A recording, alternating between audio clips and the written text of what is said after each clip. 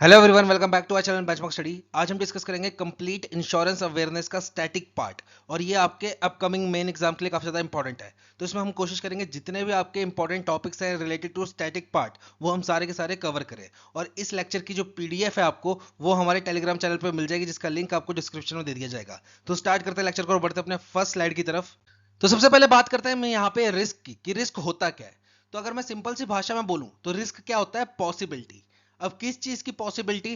तो देखो, आपकी कोई भी वैल्यूएबल चीज है, उसके साथ एक हमेशा खतरा रहता है कि वो वैल्यूएबल चीज टूट ना जाए, खराब ना हो जाए, चोरी ना हो जाए, तबाह ना हो जाए। तो उस पॉसिबिलिटी को हम क्या बोलते हैं? रिस्क बोलते हैं। जैसे एग्जाम्पल के रूप में मैं समझाता हूं। बहुत से लोगों के लिए एक सबसे वैल्यूएबल चीज क्या होती है? उनका अपना घर, उनका अपना मकान। तो देखो, हाउस के साथ क्या है? एक हमेशा पॉसिबिलिटी रहती है। किस चीज की पॉसिबिलिटी? कि ये मकान टूट ना जाए। अब मकान टूटेगा कैसे? समझ लो जहां पे ये घर है वहां पे अर्थक्वेक आ गया, तो मकान टूट जाएगा। ठीक है। फिर क्या होगा? समझ लो इस मकान में आग लग गई, तो जिसकी वजह से क्या हो जाएगा? पूरा मकान तबाह हो जाएगा। तीसरा, जैसे कि समझ लो अभी धराली में क्या हुआ, उत्तराखंड के धराली में फ्लैश फ्लड आई और पूरा का पूरा गांव ही बह गया। ठीक है, तो सारे मकान क्या हो गए? तबाह हो गए। तो एक फ्लैश फ्लड भी ऑप्शन है, जिसकी वजह से आपका मकान टूट सकता है। फिर चौथा, आसमानी बिजली ना गिर जाए। ठीक है, जो लाइटनिंग होती है, थंडर स्ट्रॉम होती है, वो ना गिर जाए आपके मकान पे, जिससे क्या होगा? आपका मकान टूट सकता है। तो आपके मकान के साथ हमेशा ये खतरा रहता है कि भाई आपका मकान का नुकसान ना हो जाए। तो इस पॉसिबिलिटी को हम क्या बोलते हैं? रिस्क बोलते हैं। यही पॉसिबिलिटी कि आपका कोई नुकसान ना हो जाए, उसे हम क्या बोलते हैं? रिस्क बोलते हैं। अब बात करते हैं हम यहाँ पे सोर्सेज ऑफ रिस्क की। तो रिस्क के दो सोर्सेज होते हैं। एक होता है आपका पिरिल्स, एक होता है आपका हैजार्ड। पिरिल जो है वो होता है आपका डायरेक्ट सोर्स, और हजार जो है वो होता है आपका इनडायरेक्ट सोर्स। ठीक है। अब यहां पे बात करते हैं हम पहले पिरिल्स की। पिरिल्स क्या होता है? देखो, जिस चीज की वजह से आपको डायरेक्टली नुकसान हो रहा है, आपके साथ कुछ बुरा हो रहा है, उसे हम क्या बोलते हैं? पिरिल्स बोलते हैं। अब जैसे मैंने आपको ऊपर एग्जांपल दिया हाउस का। अब ये जो मेरा मकान था, समझ लो ये टूट गया। किसकी वजह से? भूकंप की वजह से, अर्थक्वेक की वजह से मेरा मकान टूट गया। तो ये अर्थक्वेक क्या बोला जाएगा? पिरिल्स। मकान टूटा किसकी वजह से? अर्थक्वेक की वजह से। तो अर्थक्वेक क्या हुआ? एक पेरेल हुआ। ठीक है। फिर समझ लो एक मकान में आग लग गई और मकान पूरा तहस नहस हो गया। तो मकान का नुकसान किसकी वजह से हुआ? आग की वजह से, फायर की वजह से। तो ये फायर क्या बोला जाएगा? पेरेल। वैसे ही धराली में क्या हुआ? फ्लैश फ्लड आई, सारा का सारा गांव बह गया। तो वहां पे जितने भी मकान थे उनका नुकसान किसकी वजह से हुआ? फ्लैश फ्लड की वजह से। तो ये फ्लैश फ्लड क्या बोली जाएगी? पेरेल्स। फिर अगर किसी मकान पे बिजली गिर जाती है और वो मकान टूट जाता है, तो मकान टूटा किसकी वजह से? बिजली की वजह से। ठीक है, बिजली गिरने की वजह से। तो ये बिजली जो गिर रही है, इसको क्या बोलेंगे हम? पेरेल्स। मतलब पेरेल्स क्या होता है? जिस चीज की वजह से आपके साथ एक्चुअली में कुछ चीज बुरी होती है, या एक्चुअली में आपका नुकसान होता है, उसे हम क्या बोलते हैं? पेरेल्स बोलते हैं। अब यहाँ पे पेरेल्स कितने टाइप के होते हैं? तीन टाइप के। पहला नेचुरल, दूसरा मैनमेड, तीसरा इकोनॉमिक। तो दो तो आप नाम से समझ गए, नेचुरल पेरिल्स, जो कुदरत की वजह से होते हैं। जैसे कि आपके स्टॉर्म्स आती है, साइक्लोन्स आते हैं, टाइफून्स आते हैं, सुनामी आती है, अर्थक्वेक आता है। ठीक है, तो ये सारे क्या है? फ्लड्स आती हैं, ड्राउट पड़ जाता है, सूखा पड़ जाता है, ये सब क्या है? आपके नेचुरल पेरिल्स, जिसमें इंसान का कोई बस नहीं चलता, सब कुदरत की वजह से होता है। उसे हम क्या बोलते हैं? Natural perils. इसका एक नाम और है, वो क्या है? एक्ट ऑफ गॉड, भगवान की देन। ठीक है, जो भी किया है भगवान ने किया है, भगवान की देन। इसको एक नाम और भी बोला जाता है, एक्ट ऑफ गॉड। तो ये है आपके नेचुरल पेरिल्स, जिसपे इंसान का कोई बस नहीं चलता, जो कुदरत की वजह से होते हैं। जैसे स्टॉर्म्स, अर्थक्वेक, साइक्लोन्स, टाइफून्स, ठीक है, सुनामी, ये सब क्या है? फ्लड्स, ड्राउट्स, ये सब क्या है? आपका नेचुरल पेरिल्स। फिर बात करते हैं हम मैन मेड पेरिल्स की। मतलब जो नुकसान हो रहा है वो इंसानों की वजह से हो रहा है, इंसानों के बनाए गए पेरिल्स की वजह से हो रहा है। जैसे कि बेस्ट एग्जांपल दूं आपको, टेररिस्ट अटैक। किसी आदमी ने, जैसे अब ताज होटल पे इतना अटैक किया था, तो जो ताज होटल का नुकसान हुआ, वो कुदरत की वजह से हुआ कि इंसान की वजह से हुआ? इंसान की वजह से हुआ, क्योंकि उन्होंने वहां पे बम फोड़े, वहां पे गन चलाई। ठीक है, तो वो जो नुकसान हुआ किसकी वजह से हुआ? इंसानों की वजह से हुआ। तो मैन मेड पेरिल्स है टेररिस्ट अटैक। फिर बेस्ट एग्जांपल दूं इसका, वॉर। जैसे अभी आप देख लो, रशिया यूक्रेन वॉर देख लो, या गाजा एंड इसराइल वॉर देख लो। ठीक है, इसमें क्या हो रहा है? कितनी बिल्डिंग्स, कितने व्हीकल्स, कितने लोगों की जान चली गई, कितना नुकसान हुआ जान और मान का, ठीक है, प्रॉपर्टीज का कितना नुकसान हुआ। और ये जो वॉर है ये किसने की, भगवान ने की कि इंसानों ने की? ये किसने की, इंसानों ने की। तो ये क्या आपका मैन मेड पिरल्स। फिर आपके रॉयट्स हो गए, दंगे जो होते हैं, ठीक है, रॉयट्स हो गए, फिर एक्सीडेंट हो गया, ये सब क्या है आपका मैन मेड पिरल्स। फिर बात करते हैं हम इकोनॉमिक पिरल्स की। अब इसमें क्या है, जो नुकसान होता है आपका वो किसकी वजह से होता है, फाइनेंशियल मार्केट की वजह से, ठीक है, फाइनेंशियल या इकोनॉमिक रीजंस की वजह से जो भी आपका नुकसान हो रहा है उसे हम क्या बोलते हैं, इकोनॉमिक पिरल्स। जैसे समझ लो आपका अनएम्प्लॉयमेंट होगी, इन अनएम्प्लॉयमेंट की वजह से क्या होगा आपका, देखो डिप्रेशन आया, डिप्रेशन से क्या हुआ, आपकी जॉब चली गई, तो क्या हुआ, अनएम्प्लॉयमेंट बढ़ गई। अब जब अनएम्प्लॉयमेंट बढ़ गई तो उससे क्या हुआ, आपकी जो इनकम थी जिससे आपका डेली का खर्चा चलता था वो चली गई, और आपका अब डेली का खर्चा नहीं चल रहा, आप अपना लिविंग स्टैंडर्ड मेंटेन नहीं कर पा रहे, तो ये क्या है, एक तरीके का लॉस है, ठीक है, इनकम लॉस है आपका, ठीक है। फिर इन्फ्लेशन आ गई, मतलब महंगाई काफी बढ़ गई, जिसकी वजह से क्या होगा, प्राइस जो है चीजों के वो काफी बढ़ जाएंगे, तो आपकी परचेजिंग पावर कम हो जाएगी। जैसे समझ लो आप 100 रुपए में, समझ लो पहले अगर आप 2 किलो कोई चीज लाते थे, अब 100 रुपए में आपकी 1 किलो ही चीज आएगी, क्योंकि रेट बढ़ गया है, आपकी परचेजिंग पावर कम हो गई है, जिसकी वजह से क्या होगा, आपकी मतलब रोजमर्रा के खर्चे बढ़ जाएंगे और आपके पास उतने पैसे नहीं रहेंगे, तो ये आपकी क्या हुआ, डिक्रीज इन वैल्यू हुई, ठीक है। फिर जैसे समझ लो आपने क्या है, शेयर मार्केट में इन्वेस्ट किया है 1 लाख रुपए, अब कल को शेयर मार्केट क्या हो गया, गिर गया, काफी ज्यादा क्रैश कर गया, और ये आपकी 1 लाख की इन्वेस्टमेंट बदल गई 20,000 रुपए में, तो यहाँ पे क्या हुआ, आपको 80,000 रुपए का नुकसान हुआ। किसकी वजह से हुआ, फाइनेंशियल मार्केट के क्रैश होने की वजह से। तो यहाँ पे जब भी आपको कोई नुकसान हो रहा है इकोनॉमी की वजह से, फाइनेंशियल मार्केट की वजह से, ठीक है, तो वहां पे उसको हम क्या बोलते हैं, इकोनॉमिक पिरल्स, ठीक है। बढ़ते हैं नेक्स्ट स्लाइड की तरफ। नेक्स्ट बात करते हैं हम यहाँ पे हजार्ड्स की। तो हजार्ड्स आप एक सिंपल से मुहावरे से समझ जाओगे जो आप बचपन से पढ़ते आ रहे हो। वो क्या है, आग में घी डालना, आग में घी डालना। अब यहाँ पे जो आग है जिसको हम फायर बोलते हैं वो क्या है हमारा, वो हमारा एक पेरल है, पेरल। अब यहाँ पे घी क्या हुआ, घी हुआ हमारा हजार्ड। मतलब हजार्ड क्या होता है बेसिकली, वो कोई भी चीज जिसकी वजह से आपके चांसेस इंक्रीज हो जाते हैं लॉस होने के, या फिर जितना अमाउंट का आपको लॉस हुआ है उसकी वैल्यू और ज्यादा इंक्रीज कर जाती है ड्यू टू हजार्ड्स। मतलब पहले अगर आपको किसी पिरल की वजह से 100 रुपए का नुकसान हो रहा था, तो हजार्ड की वजह से अब ये नुकसान 100 से बढ़ के 200, 300, 400 का हो जाएगा, ठीक है। तो उसे हम क्या बोलते हैं, हजार्ड्स बोलते हैं, जिससे आपके लॉस होने के चांसेस इंक्रीज हो जाते हैं, या फिर जो आपको नुकसान हो रहा है उसकी वैल्यू इंक्रीज हो जाती है, उसे हम बोलते हैं हैजार्ड्स। हैजार्ड आपके 3 टाइप के होते हैं। पहला है आपका फिजिकल हैजार्ड, ये बेसिकली डिपेंड करता है आपकी लोकेशन के ऊपर। अब जैसे एग्जांपल के रूप में आप समझिए, एक होटल बनाना है मैंने, तो मेरे पास दो ऑप्शन है, या तो मैं किसी टॉप पे, हिल टॉप पे होटल बना लूं, या फिर मैं कोई रिवर के साइड में होटल बना लूं। अब जो रिवर के साइड में होटल बनाऊंगा, रिवर व्यू नाम से होटल बनाऊंगा, उसमें क्या है, उसमें इनफ्लो ज्यादा होगा कस्टमर्स का, रिवर का व्यू देखने आएंगे, सनसेट देखने आएंगे, बढ़िया। पर बाय चांस कभी फ्लैश फ्लड आई या कभी एक्सेसिव रेन हुई और फ्लड आई, तो सबसे पहले मेरा होटल का नुकसान होगा, जिसको मैं बचा सकता हूँ किसी सेफर जगह पे होटल बना के। पर मैंने टूरिस्ट को अट्रैक्ट करने के लिए क्या किया, रिस्क लिया और लोकेशन ऐसी सिलेक्ट की जहां पे मेरे को ज्यादा खतरा है मेरी प्रॉपर्टी का। तो ये क्या होता है आपका फिजिकल हैजार्ड। फिर देखो जैसे मेरे पास घर खरीदना है मेरे को, तो मेरे को घर खरीदने के दो ऑप्शन है, या तो मैं एक बढ़िया सी सोसाइटी में लूं, या फिर मैं यहाँ पे एक सस्ता घर खरीद लूं जो बेशक किसी पटाखे की फैक्ट्री होगी, ठीक है, पटाखों की फैक्ट्री होगी या गत्ते की फैक्ट्री होगी, उसके साइड में है वो घर। तो यहाँ पे क्या होगा, जो घर मैंने सोसाइटी में खरीदा है वो बेशक थोड़ा सा कॉस्टली होगा, पर उसमें आग लगने के चांसेस थोड़े कम होंगे। पर जो घर मैंने पटाखे की फैक्ट्री, ठीक है, फायरवर्क की फैक्ट्री या गत्ते की फैक्ट्री के साइड में लिया होगा, वो घर थोड़ा चीप होगा, पर उसमें आग लगने के चांसेस थोड़े ज्यादा है। तो ये क्या है, इसको मैं अवॉइड कर सकता हूं by only shifting the location of my property. तो ये क्या होता है आपका फिजिकल हैजार्ड। फिर बात करते हैं हम मॉरल हैजार्ड की। मॉरल हैजार्ड बेसिकली कब होता है, जब आदमी बेईमानी करता है। आदमी क्या करता है, बेईमानी करता है। अब यहाँ पे जैसे समझ लो, जो बड़े बड़े कॉन्ट्रैक्टर्स होते हैं, वो क्या होता है, जैसे दलदली जमीन होगी उसमें वो मिट्टी बजरा डाल के बढ़िया सा फ्लैट बना देंगे। कल को वो फ्लैट गिरने के चांसेस ज्यादा होंगे, क्योंकि वो स्टेबल जमीन पे नहीं बना है। पर अब जो कॉन्ट्रैक्टर है उन्होंने अपने प्रॉफिट के लिए क्या किया, दलदल वाली जमीन सस्ते दाम पे खरीदी, उसमें थोड़ा सा बढ़िया सामान डाल के उसको एक फ्लैट बना दिया उस पे और उसको बेच दिया कस्टमर को प्रॉफिट के लिए।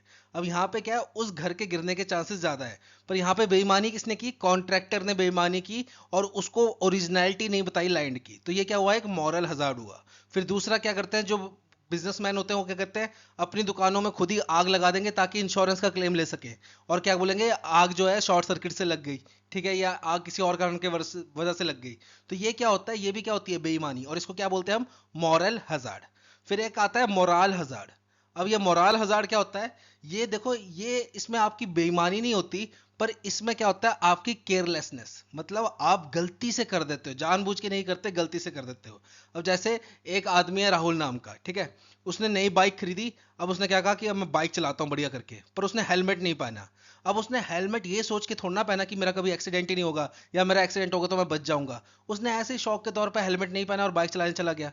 तो ये क्या हुआ, उसका मॉरल हजार्ड, उसने जानबूझ के नहीं किया, गलती से हो गया उससे। जैसे समझ लो एक व्यक्ति ने क्या किया, सिगरेट पी, ठीक है, और सिगरेट उसने बुझाई नहीं और ऐसे फेंक दी, और गलती से उस सिगरेट की वजह से आग लग गई।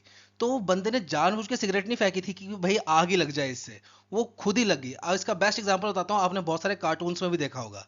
क्या होता है, बंदा एक केला खाता है और केले का छिलका ऐसे फेंक देता है और उस पर कोई ना कोई फिसल जाता है। अब बंदा केले का छिलका इसलिए नहीं फेंकता कि भाई कोई उस पर फिसले, वो उसने खा के फेंक दिया ऐसे ही अनजाने में, केयरलेसनेस की वजह से। पर बाय चांस उसका किसी का पैर पड़ा उस केले के छिलके पे, और वो क्या गया, फिसल गया और वहां पे गिर गया। तो ये जो हजार्ड गलती से होता है, कोई जानबूझ के नहीं करता, बस आपकी केयरलेसनेस की वजह से होते हैं, उसे हम क्या बोलते हैं, मॉरल हजार्ड।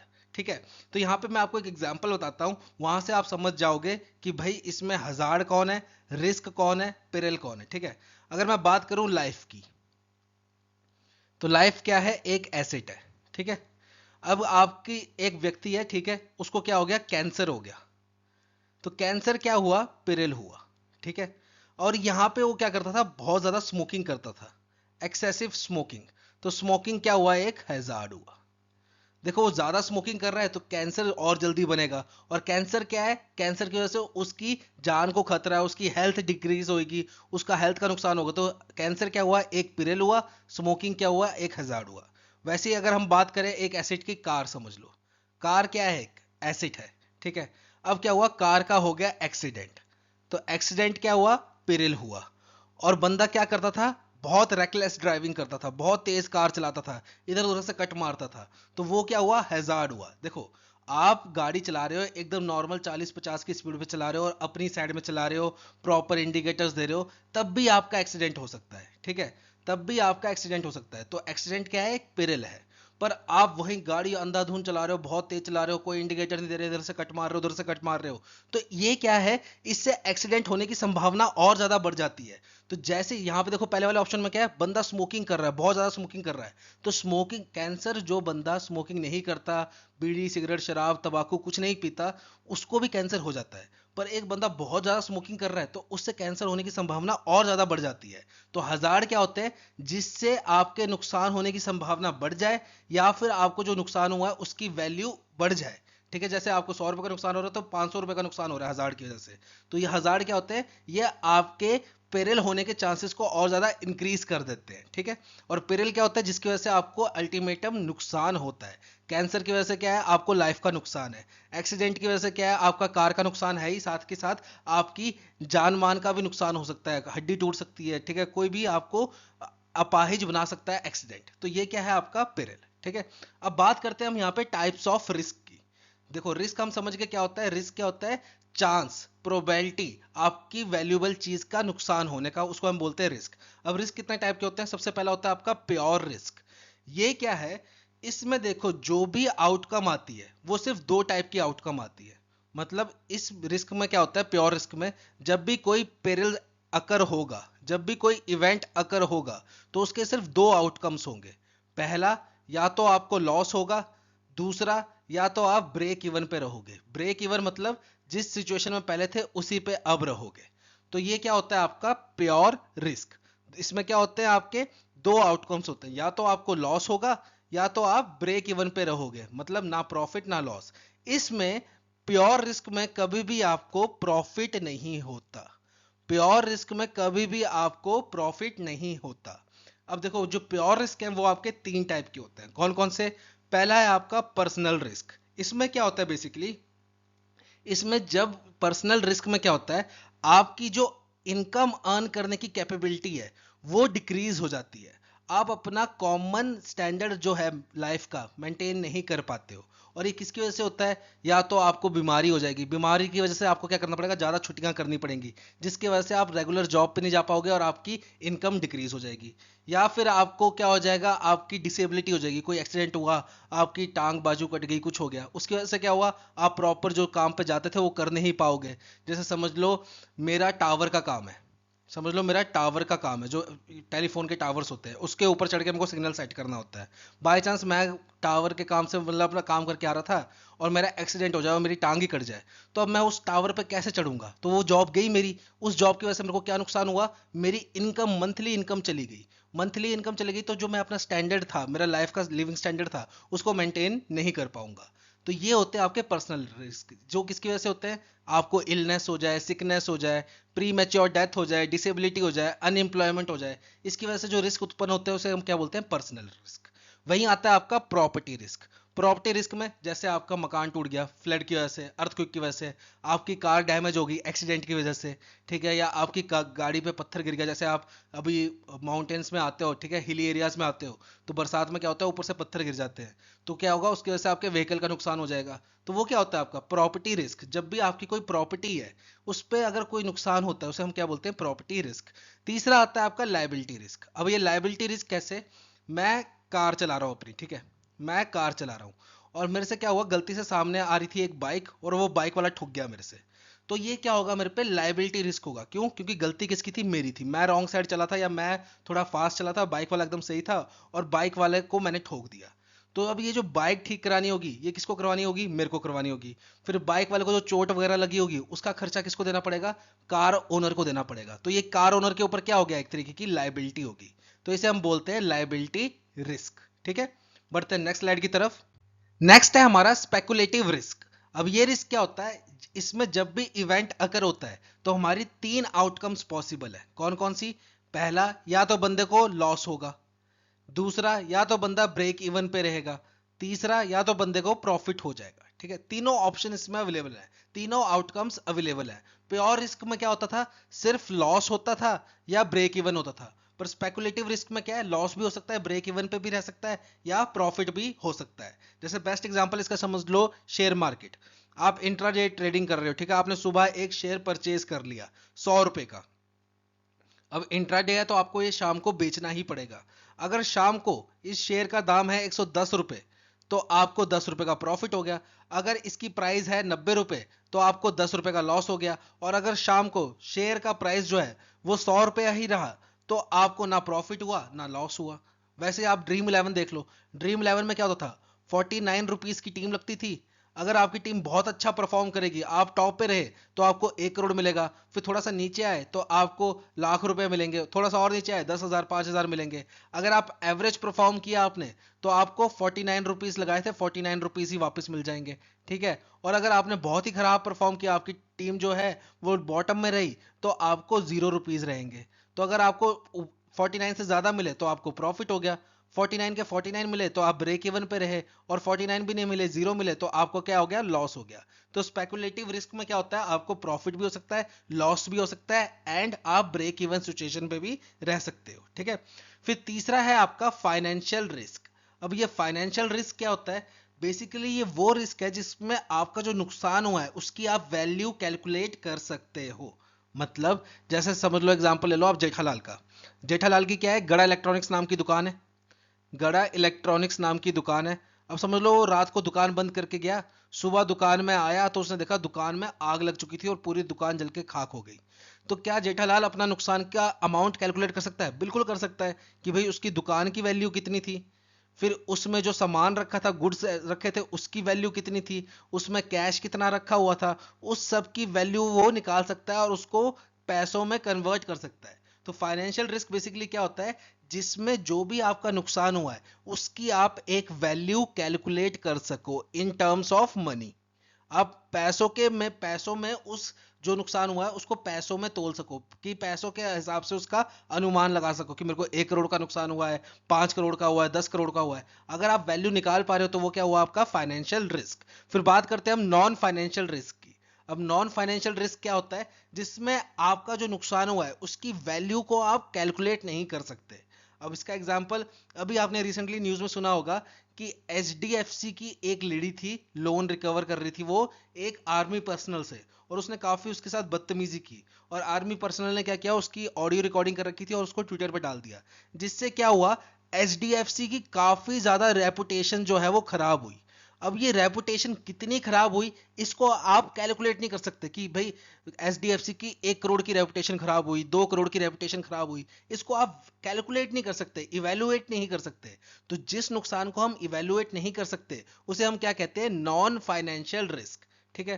फिर 5वें नंबर पे आता है हमारा पर्टिकुलर रिस्क। अब ये पर्टिकुलर रिस्क क्या होता है? जो आपका इफेक्ट करता है इंडिविजुअल को या फिर स्मॉल ग्रुप को। अब समझ लो कार एक्सीडेंट हुआ, कार एक्सीडेंट से कितने लोग प्रभावित होंगे? 4-5 लोग जो कार में बैठे होंगे, और आगे वाली कार से एक्सीडेंट हुआ हो तो 4-5 लोग उनके, तो मतलब 10-15 लोग इन्वॉल्व होंगे।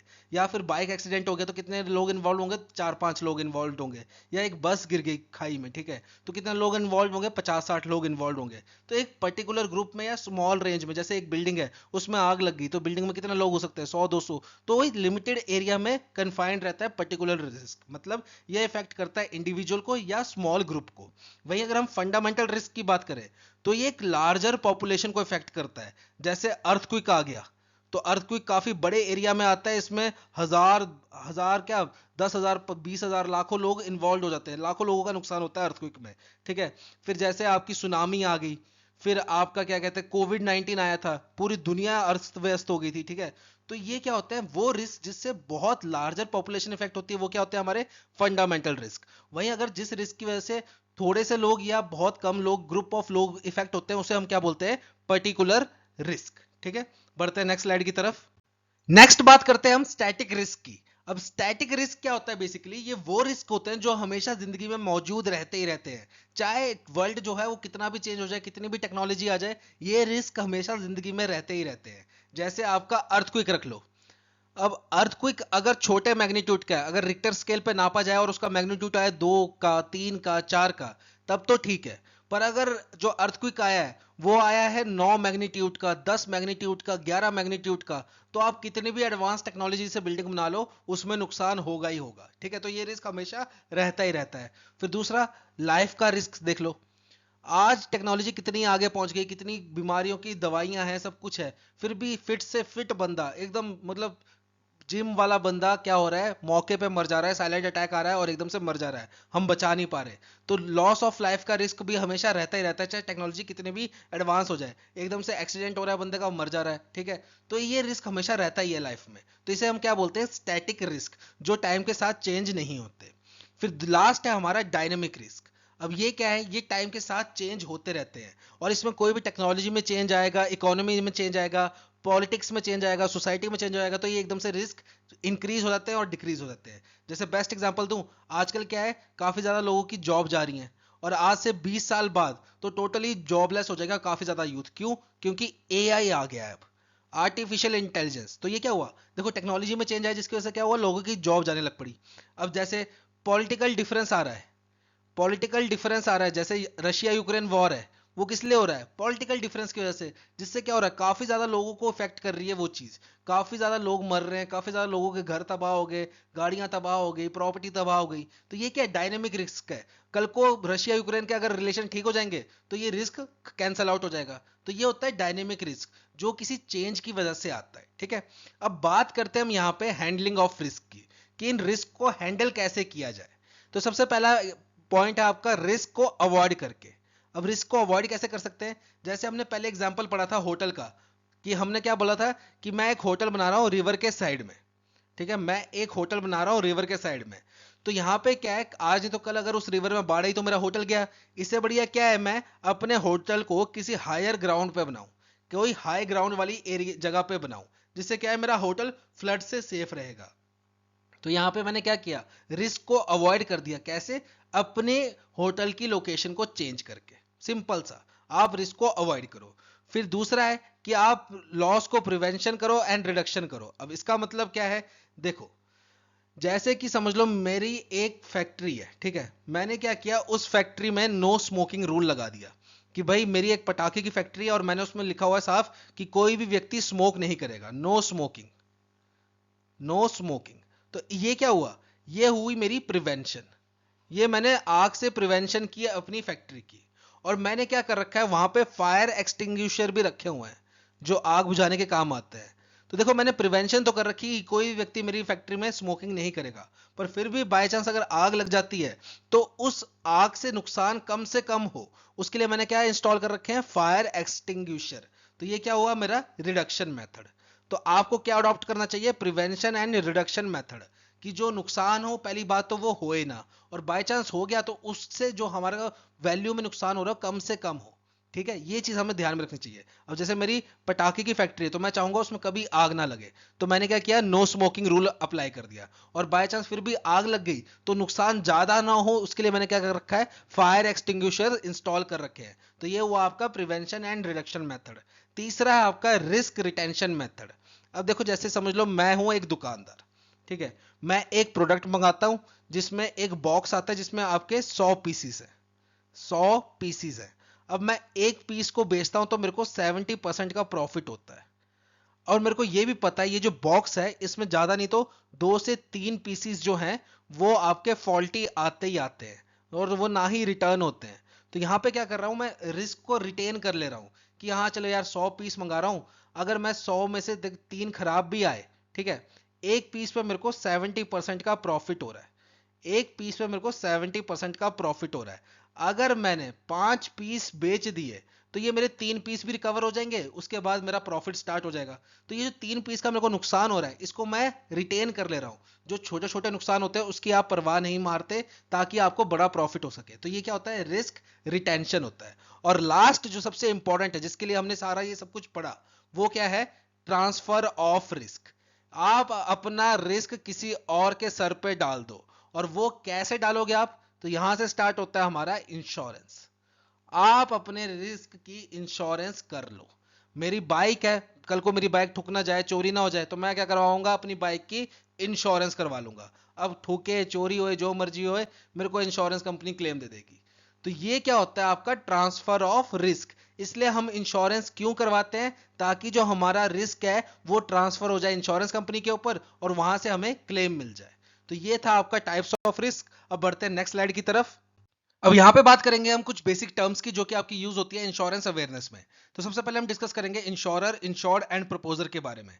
तो यहां पे एक एग्जांपल लेंगे, वहां से समझेंगे इन तीनों चीजों को। तो एग्जांपल लेते हैं एक राहुल नाम के आदमी से। एक राहुल नाम का आदमी है जो अपने घर में एक लौता अर्निंग मेंबर है, पूरे घर का खर्चा राहुल से चलता है। घर में माँ बाप है, बहन है, ठीक है, छोटे भाई भाई हैं। तो सारा सबका खर्चा किससे चलता है, राहुल की इनकम से। तो राहुल ने सोचा मेरे को एक टर्म प्लान लेना चाहिए कि बाय चांस कल को मेरे को कुछ हो गया तो मेरे घर वाले कैसे खर्चा चलाएंगे। तो अगर मेरे को कुछ हो गया और मैंने टर्म प्लान ले रखा होगा तो मेरे घर वालों को कुछ पैसे मिल जाएंगे, उससे वो अपना जीवन व्यापन कर सकेंगे। तो राहुल ने क्या किया, एक इंश्योरेंस कंपनी के पास गया, एक इंश्योरेंस कंपनी के पास गया और वहां पे जाके क्या किया, एक टर्म प्लान परचेज कर लिया। तो टर्म प्लान जब परचेज किया तो राहुल को क्या देना पड़ेगा, प्रीमियम देना पड़ेगा।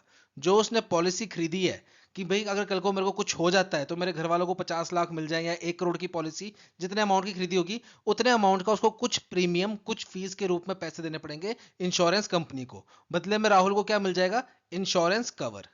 अब यहां पे एक चीज देखिएगा, जो कंपनी आपको इंश्योरेंस प्रोवाइड करती है, जो कंपनी आपका रिस्क अपने सर पे लेती है, उस कंपनी को क्या बोलते हैं, इंश्योरर।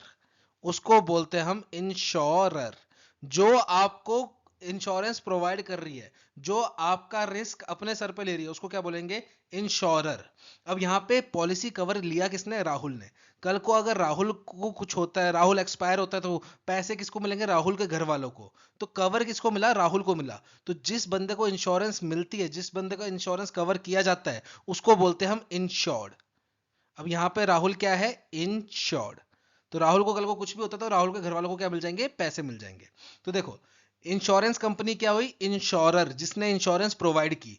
इंश्योरेंस मिली किसको, इंश्योरेंस कवर मिला किसको, राहुल को मिला, तो राहुल क्या हुआ, इंश्योर्ड। अब यहाँ पे बात आती है प्रपोजर की। अब सपोज कल को राहुल की शादी भी हो जाती है, राहुल की हो जाती है शादी, ठीक है, तो राहुल की वाइफ आ गई। अब राहुल की वाइफ भी अर्निंग है, तो राहुल ने सोचा कि यार मैं अपनी वाइफ के लिए भी एक इंश्योरेंस पॉलिसी परचेज कर लेता हूं। तो राहुल ने क्या किया, राहुल ने एक इंश्योरर से, इंश्योरर कौन होगा, इंश्योरेंस कंपनी, इंश्योरेंस कंपनी को क्या बोलते हैं हम, इंश्योरर, इंश्योरर से एक पॉलिसी खरीदी अपने वाइफ के नाम, ठीक है। तो यहां पे इंश्योर्ड कौन हुआ, उसकी वाइफ, इंश्योर्ड कौन हुआ, राहुल की वाइफ। पर यहां पे क्रक्स क्या है कि ये जो इंश्योरेंस पॉलिसी परचेज की राहुल ने, ठीक है, तो ये जो इंश्योरेंस पॉलिसी के प्रीमियम था, इसका जो अमाउंट था प्रीमियम, वो कौन पे कर रहा है, वो पे कर रहा है राहुल।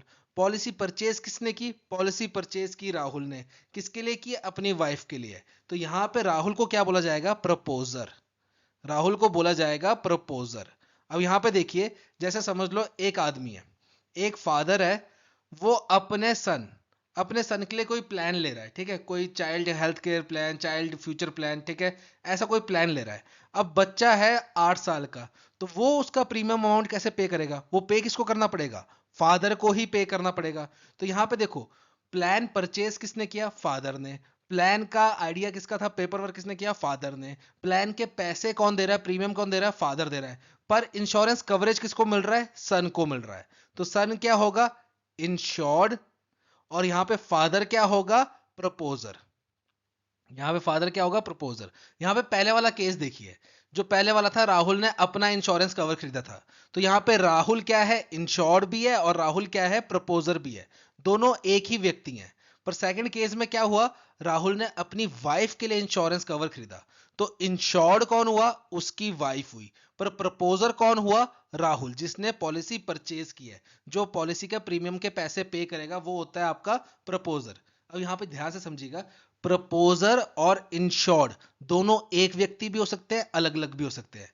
पहले केस में जैसे राहुल था, इसी ने पॉलिसी खरीदी, इसी ने पॉलिसी के पैसे दिए, इसी ने पॉलिसी का पेपर वर्क किया, और इंश्योरेंस कवर भी किसको मिला, इसी को मिला। तो राहुल ही क्या हुआ, इंश्योर्ड भी हुआ, और राहुल क्या हुआ, प्रपोजर भी हुआ। पर सेकंड केस में क्या है, पेपर वर्क किसने किया, राहुल ने किया, पॉलिसी के पैसे किसने दिए, राहुल ने दिए, पॉलिसी खरीदी किसने, राहुल ने खरीदी, पर इंश्योरेंस कवर किसको मिला, राहुल की वाइफ को। तो राहुल की वाइफ क्या हुई, इंश्योर्ड, और राहुल क्या हुआ, प्रपोजर, ठीक है। और जो कंपनी इंश्योरेंस कवर प्रोवाइड कर रही है, जो आपके हिस्से का रिस्क अपने सिर पर ले रही है, उसको क्या बोलते हैं हम, इंश्योरर, ठीक है। जैसे LIC NICL ये सब क्या है, आपके इंश्योरर है, ठीक है। आपने अपनी बाइक की वो करवा रखी है, इंश्योरेंस करवा रखी है, अपना टर्म प्लान ले रखा है, हेल्थ प्लान ले रखा है, तो आप क्या हुए, इंश्योर्ड। और प्रपोजर कौन होता है, जो पॉलिसी परचेज करता है, जो पॉलिसी का प्रीमियम पे करता है, वो होता है प्रपोजर, ठीक है। अब बात करते हैं हम यहाँ पे नॉमिनेशन की। तो नॉमिनेशन क्या होता है बेसिकली, इसमें आप क्या करते हो, जैसे राहुल ने पहले केस में ले रखा था, राहुल ने क्या किया था, जब राहुल की शादी नहीं हुई थी, तो उसने इंश्योरेंस अपना टर्म प्लान ले रखा था कि कल को मेरे को कुछ हो जाता है, तो मेरे घर वालों को 50 लाख रुपए मिलने चाहिए। अब ये 50 लाख इंश्योरेंस कंपनी देगी किसको, तो यहाँ पे राहुल एक व्यक्ति को नॉमिनेट करेगा, चाहे अपनी मम्मी को कर दे नॉमिनेट, या अपने फादर को कर दे, या अपनी बहन को कर दे नॉमिनेट, जो सभी के बिहाफ पे वो पैसे कलेक्ट करेगी, और फिर वो उनको वापस आपस में बांट लेगी। अब यहाँ पे देखो, राहुल के परिवार में समझ लो 4 लोग थे, माँ बाप हो गए, एक भाई हो गया, एक बहन हो गई, ठीक है, राहुल के अलावा 4 लोग थे। अब ये चारों लोगों को पैसे देने में थोड़ा कॉम्प्लेक्सिटी है, तो राहुल क्या करेगा, अपने फादर को नॉमिनेट कर देगा कि भाई कल को मेरे को कुछ हुआ, तो जो मेरा 50 लाख का टर्म प्लान है, वो रकम आप मेरे फादर को दे देना। तो यहाँ पे जो नॉमिनेशन की जाती है, वो किस लिए की जाती है, ताकि जो ये आपका सेटलमेंट प्रोसेस है, वो थोड़ा इजी हो सके। तो यहाँ पे जिस व्यक्ति को नॉमिनेट किया जाता है सारे पैसे कलेक्ट करने को, उसे बोला जाता है नॉमिनी। तो यहाँ पे एक बात याद रखिएगा, जो नॉमिनी होता है, वो पैसों का ट्रस्टी होता है, कस्टोडियन नहीं होता। मतलब वो 50 लाख रुपए इसके राहुल के फादर के नहीं है, वो उसने बस कलेक्ट किए हैं। अब राहुल के फादर का काम है इस 50 लाख को इन चारों में बराबर बांटना। जो भी आपके लीगल हायर्स होंगे, उसको आगे बांटना पड़ता है, किसको, नॉमिनी को। नॉमिनी का मतलब कभी भी ये मत समझना कि अगर आप किसी के अकाउंट में नॉमिनी हो और बाय चांस उस व्यक्ति की डेथ हो जाए, तो सारा पैसा आपका, ऐसा नहीं होता। वो सिर्फ इसलिए किया जाता है ताकि आपका क्लेम सेटलमेंट थोड़ा प्रोसेस इजी हो सके। तो आपने सभी के बिहाफ पे वो पैसा कलेक्ट किया है, अब आपका दायित्व बनता है, आपकी रिस्पॉन्सिबिलिटी बनती है उस पैसे को सभी लीगल हायर्स में बराबर बांटना। लीगल हायर्स मतलब जो वंशज है आपकी परिवार के। जैसे समझ लो राहुल के परिवार में कौन कौन हुए, राहुल के माता पिता, राहुल का भाई, राहुल की बहन, और बाद में जैसे शादी होगी तो राहुल की वाइफ भी क्या हुई, उसकी हिस्सेदार हुई 50 लाख की। तो जो नॉमिनी होगा फादर, वो 50 लाख रुपए कंपनी से लेगा और उसको बराबर हिस्सों में सभी में बांट देगा। ये होता है नॉमिनी का काम, और इस प्रोसेस को क्या बोलते हैं, नॉमिनेशन प्रोसेस। ठीक है, बढ़ते हैं नेक्स्ट स्लाइड की तरफ। अब यहां पे बात करते हैं हम प्रपोजल फॉर्म की। प्रपोजल फॉर्म क्या होता है, ये फिल किया जाता है आपके प्रपोजर के द्वारा। प्रपोजर कौन होता है, वो व्यक्ति जो पॉलिसी परचेज कर रहा है। तो यहाँ पे आपकी बेसिक इंफॉर्मेशन डाली जाती है, नाम, पता, एड्रेस, एज कितनी है। फिर आपने जैसे समझ लो टर्म प्लान लेना है या हेल्थ प्लान लेना है या लाइफ कवर लेना है, तो आपकी मेडिकल हिस्ट्री भी लिखी जाएगी इसमें कि आपको कोई पहले बीमारी तो नहीं थी, आपका छोटा मोटा एक हेल्थ चेकअप भी करवाया जाएगा। वो सारी इंफॉर्मेशन इसमें इंक्लूड की जाती है, और इसका यूज करके, प्रपोजल फॉर्म का यूज करके आपका क्या कैलकुलेट होता है, प्रीमियम। कि आपने 10 लाख का या 50 लाख का या 1 करोड़ का टर्म प्लान लिया है, तो आपको महीने के कितने पैसे देने पड़ेंगे इंश्योरेंस कंपनी को, या महीने के रख लो, साल के रख लो, क्वार्टरली रख लो, जैसे आपको देने की इच्छा है आप उस तरीके से पेमेंट कर सकते हो प्रीमियम की। तो आपका प्रीमियम कैलकुलेट करने में काम आता है ये प्रपोजल फॉर्म। ठीक है, नेक्स्ट है हमारा फ्री लुक पीरियड। अब ये भी काफी इंपॉर्टेंट चीज है और ये होनी ही चाहिए। क्यों, क्योंकि देखो आज के दौर में क्या है, सेल्स में इतना टारगेट है ना, और लोग उस टारगेट को अचीव करने के लिए सच झूठ बहुत बोलते हैं। ठीक है, जो आपके एजेंट्स हैं या जो आपके मैनेजर्स हैं, वो क्या करते हैं कि अपना टारगेट फुलफिल करने के लिए कोई भी कस्टमर आए उसको बस चिपका दो आप पॉलिसी, चाहे सच बोलो झूठ बोलो जो मर्जी बोलो, उसको बस चिपका दो पॉलिसी। वो कर रहे हैं आजकल। तो यहाँ पे फ्री लुक पीरियड आपको ये बेनिफिट देता है। इसमें क्या होता है, इसमें बोला गया है जिस दिन आपको जो आपने पॉलिसी परचेज किया है उसका डॉक्यूमेंट मिलेगा, जिस दिन आपको वो डॉक्यूमेंट रिसीव होगा, तो उसके 15 से लेके 30 दिन, ये डिपेंड करता है आपको types of policy and company. ठीक है, 15 से 30 दिन का टाइम होता है मिनिमम, मतलब इतना टाइम देती ही है कंपनी, 15 से लेके 30 दिन। ये टाइम दिया जाता है आपको कि आप उस डॉक्यूमेंट्स को अच्छे से पढ़ लो। फिर आपको जो जिससे आपने पॉलिसी परचेज की है, एजेंट से की है या किसी मैनेजर से की है पॉलिसी परचेज, उसने जो आपको पॉइंट्स बताए हैं, वो पॉइंट्स इस डॉक्यूमेंट्स में मेंशन है कि नहीं है। अगर वो पॉइंट्स डॉक्यूमेंट में मेंशन है और आप सेटिस्फाई हो, तो आप पॉलिसी कंटिन्यू रखो। और बाय चांस आपको लग रहा है कि नहीं यार, मेरे को उस व्यक्ति ने कुछ पॉइंट्स अलग बताए थे और वो तो यहाँ पे डॉक्यूमेंट्स में है ही नहीं, डॉक्यूमेंट तो कुछ और पॉइंट बता रहा है, उसने मेरे को झूठ बोला था, आपको कहीं से भी ऐसा लगता है कि वो बंदे ने मेरे को झूठ बोला था और डॉक्यूमेंट्स कुछ और बता रहे हैं, तो आप फ्री लुक पीरियड के दौरान अपनी पॉलिसी कैंसिल करवा दो। आपको सारा पैसा क्या हो जाएगा, रिफंड हो जाएगा। आपका सारा पैसा क्या हो जाएगा, रिफंड हो जाएगा। तो ये फायदा होता है आपको फ्री लुक पीरियड का, क्योंकि जो एजेंट होते हैं वो बहुत शातिर होते हैं, वो आपको 10 में से 2 बातें ही बताएंगे जो आपके बेनिफिट की होंगी, बाकी 8 बातें नहीं बताएंगे, और वो अपना टारगेट पूरा करेंगे। तो जब आपको डॉक्यूमेंट मिल जाए उसके बाद आपको 15 से 30 दिन का टाइम दिया जाता है, depend upon their policies and insurance company, आपने कौन सी इंश्योरेंस कंपनी की पॉलिसी खरीदी है उसके हिसाब से 15 से 30 दिन का टाइम डिपेंड होता है। इसके दौरान आप पूरे डॉक्यूमेंट्स को पढ़िए, क्रॉस वेरीफाई कीजिए, और आपको आप सेटिस्फाई हो तो कंटिन्यू कीजिए, और सेटिस्फाई नहीं हो तो फ्री लुक पीरियड के दौरान आप अपनी पॉलिसी कैंसिल करवा लीजिए और आपको पैसा क्या हो जाएगा, रिफंड हो जाएगा। ठीक है, नेक्स्ट है आपका वेटिंग पीरियड। अब वेटिंग पीरियड क्या होता है, ये जनरली काम करता है आपका जो आपकी हेल्थ इंश्योरेंस वगैरह होती है, हेल्थ इंश्योरेंस होती हैं, या फिर आपका लाइफ कवर प्लान्स जो होते हैं उसमें काम आती हैं ये, क्या, वेटिंग पीरियड। इसमें क्या होता है, देखो जैसे समझ लो राहुल नाम का व्यक्ति की, वो राहुल का एग्जांपल लेते हैं। राहुल ने क्या किया, एक हेल्थ इंश्योरेंस परचेज की, हेल्थ इंश्योरेंस परचेज की, और इसको परचेज किए इसको 3 मंथ हुए थे। 3 मंथ क्या बाद क्या हुआ, इसको चक्कर आया और इसको एडमिट किया हॉस्पिटल में। अब जब एडमिट किया, इसका इलाज हुआ, इसके टेस्ट हुए, तब पता चला इसको स्टेज 3 कैंसर है। राहुल को स्टेज 3 कैंसर है।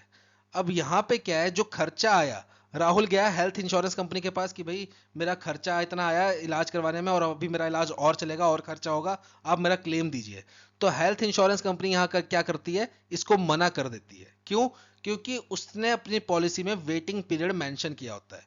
अब ये जो हेल्थ इंश्योरेंस कंपनीज होती हैं बहुत अच्छे से, इन्होंने भी स्टडी कर रखी होती है, ये आराम से अपने पॉलिसी में पूरी जगह मेंशन किया होता है कि जैसे आपको इलनेस वगैरह होगी, ठीक है, आप बुखार बीमार हुए, ये सब हुए, या आपका एक्सीडेंट हुआ, कोई फ्रैक्चर हो गया, तो आप तो डे 1 से कवर हो। डे वन से कवर हो उसके लिए। मतलब आपने आज हेल्थ इंश्योरेंस पॉलिसी ली, शाम को आपका एक्सीडेंट हो गया, आपका बाजू टूट गई, उसके इलाज में जो खर्चा आएगा वो कवर कर देगी हेल्थ इंश्योरेंस कंपनी, उसका क्लेम आपको दे देगी, ठीक है, डे वन से। पर यहाँ पे क्या होती है, कंपनी बोलती है जैसे जो सीरियस बीमारीज है, ठीक है, सीरियस प्रॉब्लम्स है, जैसे कि बीपी की प्रॉब्लम है कोई किसी को, ठीक है, या फिर आपका समझ लो ये कैंसर है या कोई ट्यूमर है, तो ये बीमारियां क्या है, ये एकदम से नहीं होती कि आज आप सो के उठे और सुबह आपको स्टेज 3 का कैंसर हो जाएगा, ऐसा नहीं होता। ये स्लो प्रोसेस है और ये टाइम लेता है। तो यहाँ पे एक कंपनीज क्या बोलती है कि जैसे किसी व्यक्ति को अगर आज आप मेरी हेल्थ इंश्योरेंस पॉलिसी परचेज कर रहे हो, पर आप चाह रहे हो कि मैं कैंसर का इलाज करवा लूं, तो वो पॉसिबल नहीं है। कैंसर के इलाज के लिए आपको कम से कम 2 साल वेट करना पड़ेगा। 2 साल आप मेरी हेल्थ इंश्योरेंस पॉलिसी चलाइए, 2 साल के बाद आप एलिजिबल होंगे कैंसर का इलाज करवाने के लिए, और उसका क्लेम दे देगी हमारी कंपनी। पर 2 साल से पहले अगर आप कैंसर का इलाज कराओगे और उसका क्लेम मांगोगे, तो वो हम नहीं देंगे। तो ये क्या होता है, आपका वेटिंग पीरियड। ये वो पीरियड होता है जिसमें आपको कोई कोई क्लेम्स जो हैं उसके लिए आप एलिजिबल नहीं होते, उसका रिटर्न आपको, वो क्लेम जो है वो कंपनी आपका सेटल नहीं करती। जैसे ट्यूमर का इलाज हो गया, कैंसर का इलाज हो गया, ये आपका डे वन से कवर नहीं किया जाता। 2-3 साल हो जाएंगे आपको पॉलिसी चलाते हुए, उसके बाद ये जो इलाज होते हैं, इसके इलाज होते हैं, वो कवर किए जाते हैं इस पॉलिसी में। तो ये होता है आपका वेटिंग पीरियड, ठीक है। नेक्स्ट है आपका डिफरमेंट पीरियड। अब ये डिफरमेंट पीरियड क्या होता है, ये ज्यादातर काम करता है आपके पेंशन प्लान्स में। जो पेंशन प्लान होते हैं उसमें काम करता है आपका डेफरमेंट पीरियड। अब ये कैसे काम करता है, जैसे समझ लो, मैं बेस्ट एग्जांपल देता हूं उसका, एपीवाई का, अटल पेंशन योजना। अटल पेंशन योजना ये क्या होता है, 18 से 40 साल के बीच में लगती है, और ठीक है, मतलब 18 से 40 साल का व्यक्ति इसमें एनरोल करवा सकता है। इसमें क्या होता है, आपको 60 साल के बाद पेंशन लगती है, कितनी, 1,000 की, 2,000 की, 3,000 की, 4,000 की एंड 5,000 की। 5 ऑप्शन होते हैं। तो देखो आज मेरी ये समझ लो जैसे 31 ईयर्स है, ठीक है, 31 ईयर्स है, और मैंने समझ लो आज इनरोल किया अटल पेंशन योजना में। अटल पेंशन योजना में इनरोल किया 5,000 वाली में। तो क्या है, हर महीने मेरे पैसे कटेंगे, और कब तक कटेंगे, 60 साल की उम्र तक। और जैसे ही मैं 60 ईयर्स का हो जाऊंगा, तो 60 ईयर्स के बाद मेरे को क्या मिलेगी, पेंशन मिलेगी, कितनी, 5,000 रुपए। अब देखो, मैंने इनरोल कब किया पॉलिसी में, जब मेरी एज थी 31 ईयर्स की। मेरे को पहला रिटर्न कब मिला पॉलिसी से, जब मैं 60 साल का हो गया। तो बीच में टाइम कितने का था, 29 ईयर्स का। तो ये 29 ईयर्स क्या बोले जाएंगे, आपके deferment period. Basically deferment period क्या होता है, ये गैप होता है किस चीज के बीच में, जिस दिन आप पॉलिसी बाय करते हो और जिस दिन आपको फर्स्ट पे आउट मिलता है, उसके बीच का जो टाइमलाइन गैप है, उसे हम क्या बोलते हैं, डेफरमेंट पीरियड, ठीक है। नेक्स्ट है आपका अंडर इंश्योरेंस। अब अंडर इंश्योरेंस क्या होता है, जैसे इसका बेस्ट एग्जांपल मैं दूं आपको, जैसे थर्ड पार्टी इंश्योरेंस करवा लेते हैं लोग, क्यों, सस्ती पड़ती है, और पुलिस मांगती है तो वो वैलिड भी है पुलिस के लिए, ठीक है। तो वहां पे क्या होता है, अंडर इंश्योरेंस करवाते हैं काफी ज्यादा लोग, जैसे उनकी प्रॉपर्टी के समझ लो 10 लाख की। अब पूरा 10 लाख की प्रॉपर्टी का इंश्योरेंस करवाएंगे, वो उनको प्रीमियम थोड़ा महंगा पड़ रहा था, तो उन्होंने क्या किया, 5 लाख का इंश्योरेंस करवा लिया अपनी प्रॉपर्टी का, ठीक है, 5 लाख का इंश्योरेंस करवा लिया अपनी प्रॉपर्टी का, क्योंकि इसका प्रीमियम थोड़ा कम पड़ा। तो यहाँ पे क्या होता है, अंडर इंश्योरेंस क्या होता है, जब आपकी जो एक्चुअल वैल्यू है प्रॉपर्टी की, उससे कम की आप इंश्योरेंस करवाते हो, उसे हम क्या बोलते हैं, अंडर इंश्योरेंस। देखो इसका फायदा क्या है, आपको प्रीमियम कम देना पड़ता है, पर इसका घाटा क्या है, आपको जो नुकसान होगा उसकी भरपाई भी कम होती है। अब यहां पे देखो, एक्चुअल वैल्यू कितनी थी, एक्चुअल वैल्यू थी आपकी 10 लाख रुपए। आपने कितने का इंश्योरेंस करवाया, इंश्योरेंस करवाया आपने 5 लाख रुपए का, ठीक है। अब समझो कल को यहां पे लग गई आग, आग लग गई और आपका 4 लाख का नुकसान हो गया, आपका 4 लाख का नुकसान हो गया। तो इंश्योरेंस कंपनी आपको कितना क्लेम प्रोवाइड करेगी, तो क्लेम कैसे कैलकुलेट होता है, क्लेम कैलकुलेट होता है आपका insured value upon actual value into loss, ठीक है। तो यहां पे थोड़ी सी जगह बना लेते हैं। तो यहां पे आपका देखिए, इंश्योर्ड वैल्यू कितनी है, 5 लाख रुपए की, ठीक है। एक्चुअल वैल्यू कितनी है, 10 लाख रुपए की। टोटल लॉस कितना हुआ आपका, 4 लाख का। तो यहां पे आप वैल्यू निकाल लो कितनी आई आपकी, 2 लाख रुपए। तो यहां पे आपको क्लेम कितने का मिलेगा कंपनी के द्वारा, 2 लाख रुपए का, ठीक है। तो ये फायदा तो है, आपको प्रीमियम कम देना पड़ेगा अगर आप अंडर इंश्योर करवा रहे हो अपने प्रोजेक्ट को, अपनी प्रॉपर्टी का अंडर इंश्योरेंस करवा रहे हो, तो आपको प्रीमियम कम देना पड़ेगा। पर जितना नुकसान हुआ होगा तो आपको क्लेम भी कम ही मिलेगा, पूरा नुकसान का क्लेम नहीं मिलेगा आपको, क्लेम भी थोड़ा कम ही मिलेगा, ठीक है। बढ़ते नेक्स्ट स्लाइड की तरफ। नेक्स्ट है हमारा डबल इंश्योरेंस। अब डबल इंश्योरेंस में क्या होता है, आपकी एक सेम प्रोजेक्ट की, सेम प्रॉपर्टी की आप इंश्योरेंस करवाते हो दो या दो से ज्यादा जगहों से, ठीक है, दो या दो से ज्यादा जगहों से जब आप एक सिंगल प्रॉपर्टी की इंश्योरेंस कवर करवाते हो उसे हम क्या बोलते हैं, डबल इंश्योरेंस। ऐसा क्यों करवाते हैं, क्योंकि कभी कभी क्या होता है, जो आपकी प्रॉपर्टी है उसकी अगर आप एक जगह से इंश्योरेंस करवा रहे हो तो पूरी वैल्यू की इंश्योरेंस नहीं होती। समझ लो आपकी प्रॉपर्टी है 50 लाख की और आप चाहते हो मेरे को 50 लाख का कवर मिले मेरी प्रॉपर्टी पे, पर कुछ इंश्योरेंस कंपनी क्या बोलती है कि नहीं नहीं, आपकी प्रॉपर्टी में ये दिक्कत है, आप पुरानी है या ऐसा है वैसा है, तो हम आपको इस 50 लाख की प्रॉपर्टी पे सिर्फ आपको हम देंगे समझ लो 35 लाख का कवर, या समझ लो 40 लाख का कवर। अब कल को नुकसान हो गया, इसकी प्रॉपर्टी पूरी जल जाती है, तो इसका नुकसान तो 50 लाख का हुआ, इसको कवर कितने का मिलेगा, 40 लाख का, तो 10 लाख का नुकसान हो गया। तो ये क्या करवाता है, अपने जो इसके समझ लो इसको मिला 40 लाख का कवर, अब 10 लाख शॉर्ट पड़ गया तो इसने क्या किया, 10 लाख का कवर किसी और इंश्योरेंस कंपनी से करवा दिया सेम प्रॉपर्टी का। अब कल को अगर इसका टोटल लॉस हो जाता है तो 40 लाख एक कंपनी देगी और 10 लाख दूसरी कंपनी देगी, तो इसको 50 लाख रुपए पूरे मिल जाएंगे, ठीक है। ये होता है आपका डबल इंश्योरेंस। अब बात करते हैं हम यहाँ पे री इंश्योरेंस की। री इंश्योरेंस क्या होता है आपका, यहां पे क्या होता है, जो कंपनी आपको इंश्योरेंस प्रोवाइड कर रही है वो अपना रिस्क कम करने के लिए किसी और इंश्योरेंस कंपनी से अपना इंश्योरेंस करवा लेती है। जैसे एग्जांपल के रूप में देखिए, जैसे एल आई सी है, एल आई सी ने क्या किया, 100 करोड़ रुपए का लाइफ पॉलिसी बांटी, लाइफ पॉलिसी बांटी। अब एल आई सी को लग रहा है यार 100 करोड़ की लाइफ पॉलिसी बांट दी, कल को ज्यादा बंदे मर गए, मेरे को इतना क्लेम देना पड़ गया तो मेरा तो काफी नुकसान हो जाएगा। तो एल आई सी क्या करती है, एल आई सी ने 40 करोड़ का कवर, इंश्योरेंस कवर जीआईसी से ले लिया, जीआईसीआरई से, री इंश्योरेंस कंपनी से करवा लिया अपना। तो कल को अगर यहां पे बंदे मरे और एल आई सी को क्लेम देना पड़ गया तो कोई दिक्कत नहीं है, 40 करोड़ फिर एल आई सी जीआईसी से भी ले लेगी। तो यहां पे क्या हुआ, एलआईसी को जेब से सिर्फ 60 करोड़ रुपए देने पड़े, जहां उसको 100 करोड़ रुपए देने पड़ते इंश्योरेंस कवर के रूप में, वहां इसको सिर्फ 60 करोड़ देने पड़ेंगे। क्यों, 100 करोड़ ये देगी, 40 करोड़ जीआईसी इसको दे देगा, तो इसका जेब से टोटल पैसा कितना गया, 60 करोड़। तो ये री इंश्योरेंस क्या होता है, जब एक इंश्योरेंस कंपनी अपना रिस्क कम करने के लिए, अपना बर्डन कम करने के लिए दूसरी कंपनी के पास अपना इंश्योरेंस करवाती है, उसे हम क्या बोलते हैं, री इंश्योरेंस, ठीक है। नेक्स्ट है हमारा ग्रेस पीरियड। अब ग्रेस पीरियड क्या होता है, देखो समझ लो मैंने एक पॉलिसी परचेज की और मेरी पॉलिसी की जो है वो साल में एक किस्त जाती जाती है, ठीक है। हर साल एक जो किस्त है वो मेरी पॉलिसी की जाती है, प्रीमियम जो है वो ईयरली है। तो समझ लो डेट है, समझ लो आपकी ये 1 नवंबर, हर ईयर 1 नवंबर को मेरी पॉलिसी का प्रीमियम जाता है। अब यहाँ पे क्या हुआ, इस बारी दिवाली भी आ गई, करवा चौथ भी आ गया, सब कुछ आ गया, ठीक है, तो मेरा काफी खर्चा हो गया अक्टूबर मंथ में। अब नवंबर मंथ में मेरे पास पैसे नहीं बचे अपना प्रीमियम पे करने के लिए, तो यहाँ पे क्या मेरी पॉलिसी लैप्स हो जाएगी, नहीं। कंपनी आपको क्या करती है, ग्रेस पीरियड देती है, 15 से 30 दिन का टाइम देती है। ये भी आपका वेरी करता है कंपनी टू कंपनी, एंड आपने कौन सी पॉलिसी परचेज कर रखी है उसके हिसाब से वेरी करता है। तो यहाँ पे कंपनी आपको कुछ एक्स्ट्रा टाइम देती है कि आप चलो 1 तारीख को आपको प्रीमियम पे करना था, आप नहीं पे कर पाए, कोई बात नहीं, आपको हम 15 दिन का एक्स्ट्रा टाइम दे रहे हैं या 30 दिन का एक्स्ट्रा टाइम दे रहे हैं, आप इसमें अपना प्रीमियम पे कर दीजिएगा और आपकी पॉलिसी चलती रहेगी, आपकी पॉलिसी लैप्स नहीं होगी। तो ये क्या होता है आपका ग्रेस पीरियड, जो कंपनी आपको एक्स्ट्रा टाइम देती है ताकि आपकी पॉलिसी जो है वो लैप्स ना करे, ठीक है। अब नेक्स्ट है आपका रिवाइवल पीरियड।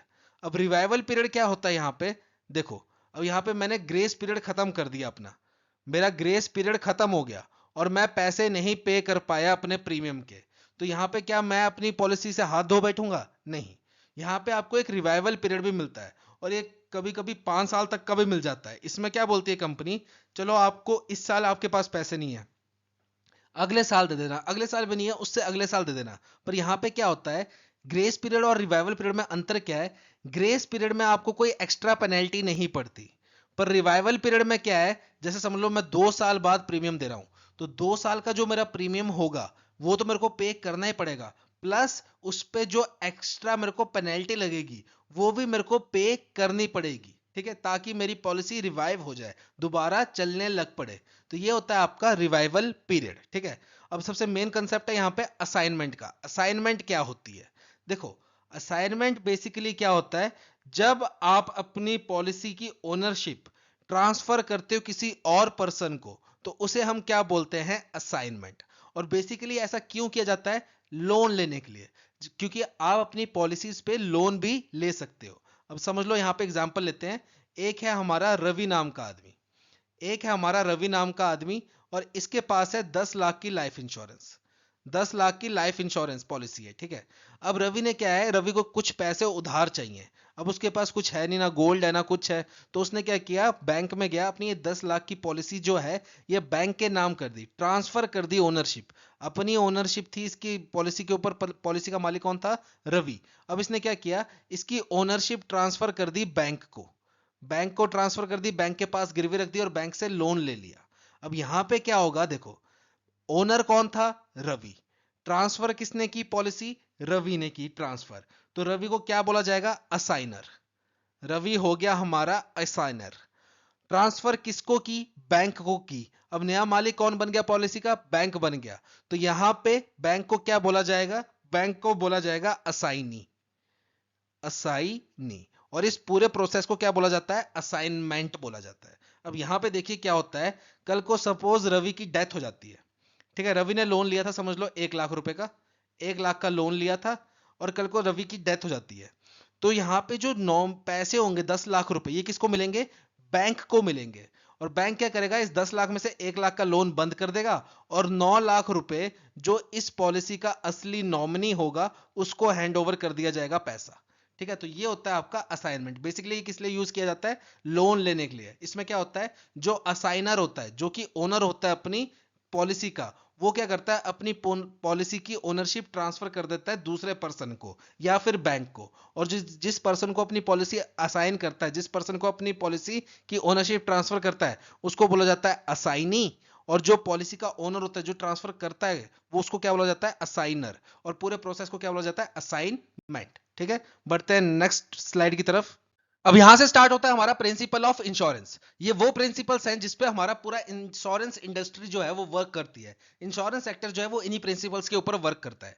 तो सबसे पहला प्रिंसिपल है हमारा लॉ ऑफ लार्ज नंबर। अब देखिए, जब भी कभी आप कोई एक्सपेरिमेंट कंडक्ट करोगे तो एक्सपेरिमेंट की दो वैल्यूज निकलती हैं। एक निकलती है आपकी थ्योरेटिकल वैल्यू और एक निकलती है आपकी प्रैक्टिकल वैल्यू। थ्योरेटिकल वैल्यू जो आप फॉर्मूला लगा के अप्लाई करके वैल्यू निकालते हो, और प्रैक्टिकल वैल्यू जो आप एक्सपेरिमेंट कंडक्ट करते हो उसके बाद जो वैल्यू आती है वो होती है आपकी प्रैक्टिकल वैल्यू। तो लॉ ऑफ लार्ज नंबर क्या बोलता है कि आप बार बार अगर एक्सपेरिमेंट करोगे और बार बार प्रैक्टिकल वैल्यू को निकालोगे तो एक टाइम ऐसा आएगा कि आपकी प्रैक्टिकल वैल्यू जो है वो आपकी थ्योरेटिकल वैल्यू से मैच करने लग पड़ेगी। तो मतलब आपको नंबर ऑफ सैंपल साइज जो है वो इंक्रीज करना पड़ेगा। अब ये चीज इंश्योरेंस सेक्टर पे कैसे एप्लीकेबल है, तो हम एक रैंडम सा डाटा ले लेते हैं, ठीक है। एक रैंडम सा डाटा ले लेते हैं एग्जांपल समझने के लिए। सपोज एक रिपोर्ट ने बोला है कि इंडिया में जितने भी घर हैं उनमें से 1% घर में आग लगती है, ठीक है, फायर लगती है।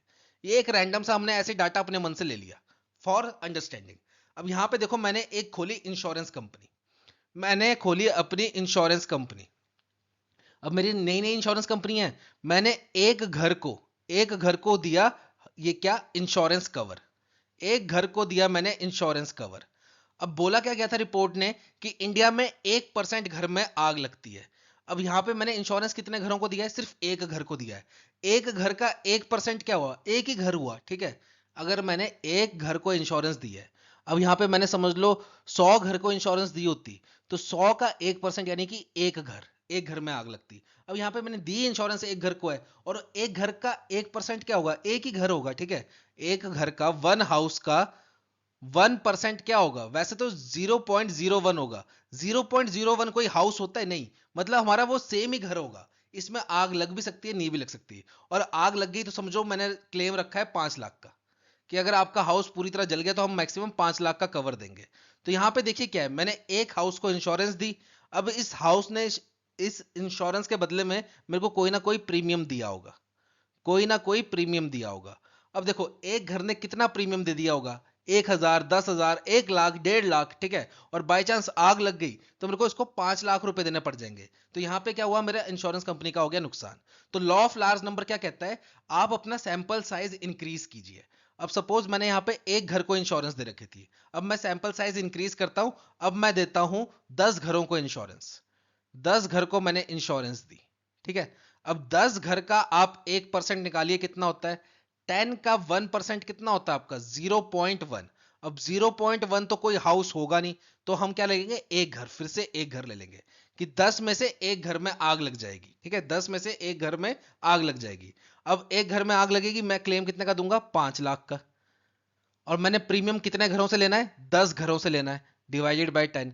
तो एक घर के हिस्से में कितना प्रीमियम आएगा? 50,000 का प्रीमियम आएगा। ठीक है, अब यहां पे देखिए मैं सैंपल साइज को और इंक्रीज करता हूं।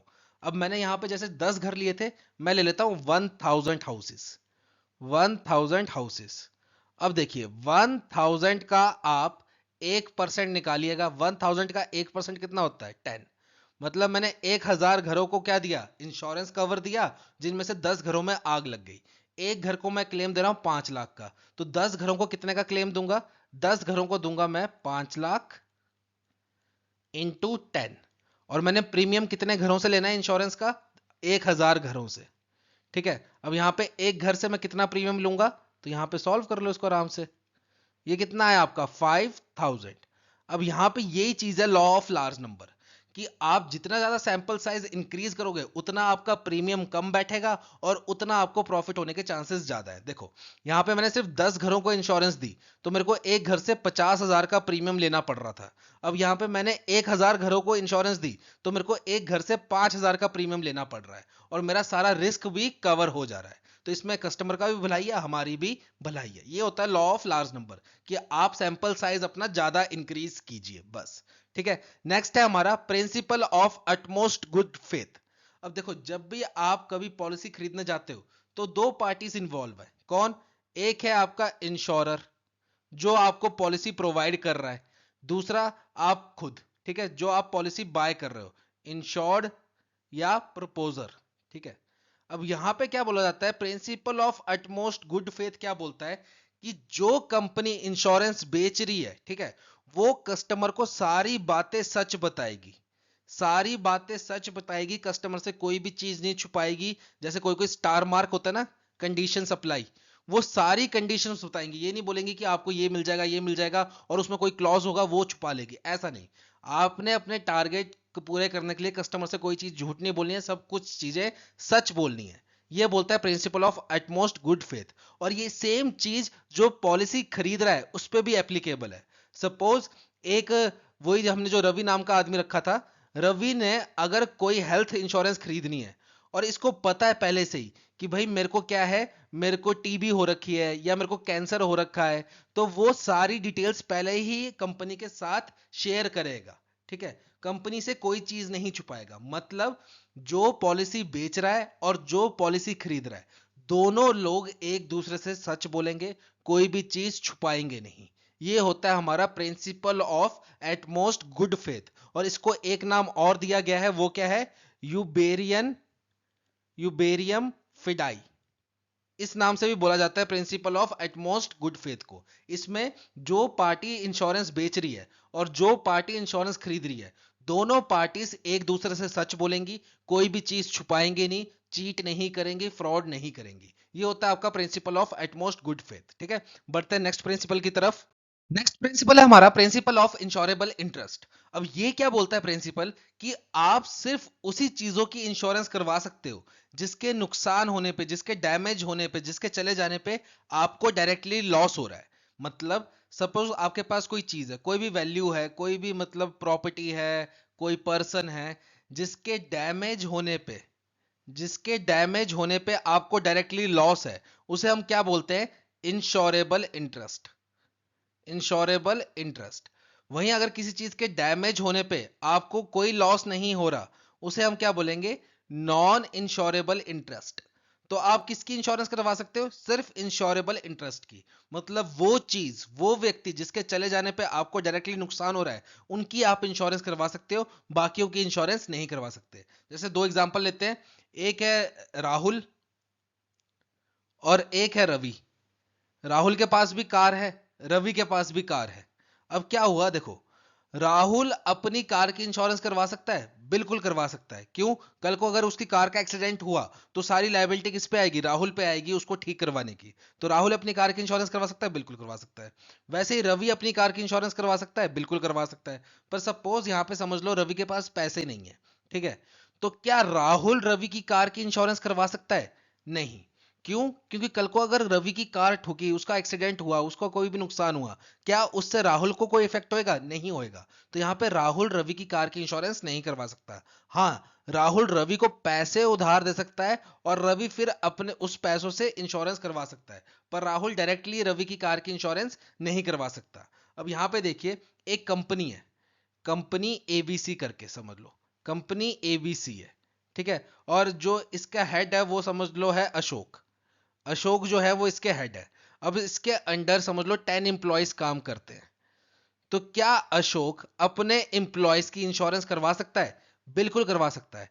क्यों? कल को अगर इसका एम्प्लॉय जो है वो कंपनी में काम करते वक्त मर गया, तो क्लेम किसको देना पड़ेगा? अशोक को देना पड़ेगा। और उल्टा क्या होगा, अशोक का एक एम्प्लॉय भी कम हो जाएगा, तो उसकी वर्क पावर भी कम हो जाएगी। तो यहां पे अशोक को डबल लॉस है। तो इसलिए अशोक क्या है, अपने एम्प्लॉयज की क्या करवा सकता है? इंश्योरेंस करवा सकता है। वहीं अशोक है, ठीक है, ठीक है। अब इसका पड़ोसी है एक, इसका कोई नेबर है, कोई नेबर है, ठीक है, साथ वाला फ्लैट है, उसमें रहता है समझ लो राहुल। तो क्या अशोक राहुल की इंश्योरेंस करवा सकता है? नहीं करवा सकता। क्यों? कल को राहुल मर गया तो अशोक को कोई इफेक्ट नहीं पड़ेगा, ना अशोक के ऊपर कोई लायबिलिटी आएगी। पर वहीं अशोक की कंपनी का एम्प्लॉय कंपनी के अंदर मर गया काम करते वक्त, तो अशोक पे डबल लायबिलिटी है। एक, उसको हर्जाना देना, दूसरा उसकी वर्क पावर कम हो जाएगी, वो भी पूरी करनी। तो यहाँ पे अशोक को डायरेक्टली इफेक्ट हो रहा है एक एम्प्लॉय के मर जाने से। तो यहाँ पे अशोक क्या करेगा, अपने एम्प्लॉयज की इंश्योरेंस करवा सकता है। तो ये है आपका प्रिंसिपल ऑफ इंश्योरेबल इंटरेस्ट। फिर नेक्स्ट प्रिंसिपल है हमारा प्रिंसिपल ऑफ इंडेमनिटी। ये क्या बोलता है आपको कि आप जो इंश्योरेंस करवा रहे हो उससे आप प्रॉफिट नहीं ले सकते। इंश्योरेंस किस लिए की जाती है? ताकि जिस सिचुएशन पे आप पहले थे, इवेंट होने के बाद, किसी पिरल के होने के बाद जो आपका नुकसान हुआ उसकी भरपाई होने के बाद आपको सेम लेवल पे लाके खड़ा किया जा सके। सपोज एक कार है, ठीक है, एक पर्सन के पास कार है और उसने उस पर 10 लाख की इंश्योरेंस करवा रखी है। अब क्या हुआ, कार का एक्सीडेंट हुआ, कार का बम्पर हेडलाइट टूट गई, ठीक है, और समझ लो उस पर खर्चा आया 1.5 लाख रुपए का, 1.5 लाख का खर्चा आया। अब व्यक्ति ने इंश्योरेंस कितने की करवा रखी थी? 10 लाख की। एक्सीडेंट हुआ तो क्या वो 10 लाख का क्लेम ले सकता है? नहीं। उसका नुकसान कितने का हुआ है? 1.5 लाख का, 1.5 लाख का नुकसान हुआ है। तो उसको क्लेम भी वापस कितने का मिलेगा? 1.5 लाख का। मतलब उसको वापस से सेम लेवल पे लाके खड़ा कर दिया जाएगा। उसकी गाड़ी का नुकसान कितना हुआ था? 1.5 लाख का।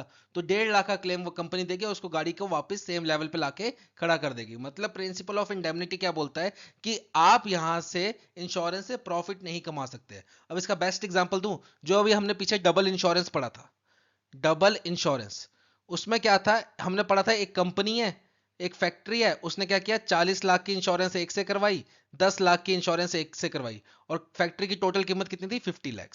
अब यहां पे एग्जांपल को थोड़ा सा चेंज कर देते हैं कि उसने 40 लाख की इंश्योरेंस एक कंपनी से करवाई, 20 लाख की इंश्योरेंस दूसरी कंपनी से करवाई, और फैक्ट्री की टोटल कीमत कितनी थी? 50 लाख रुपीज।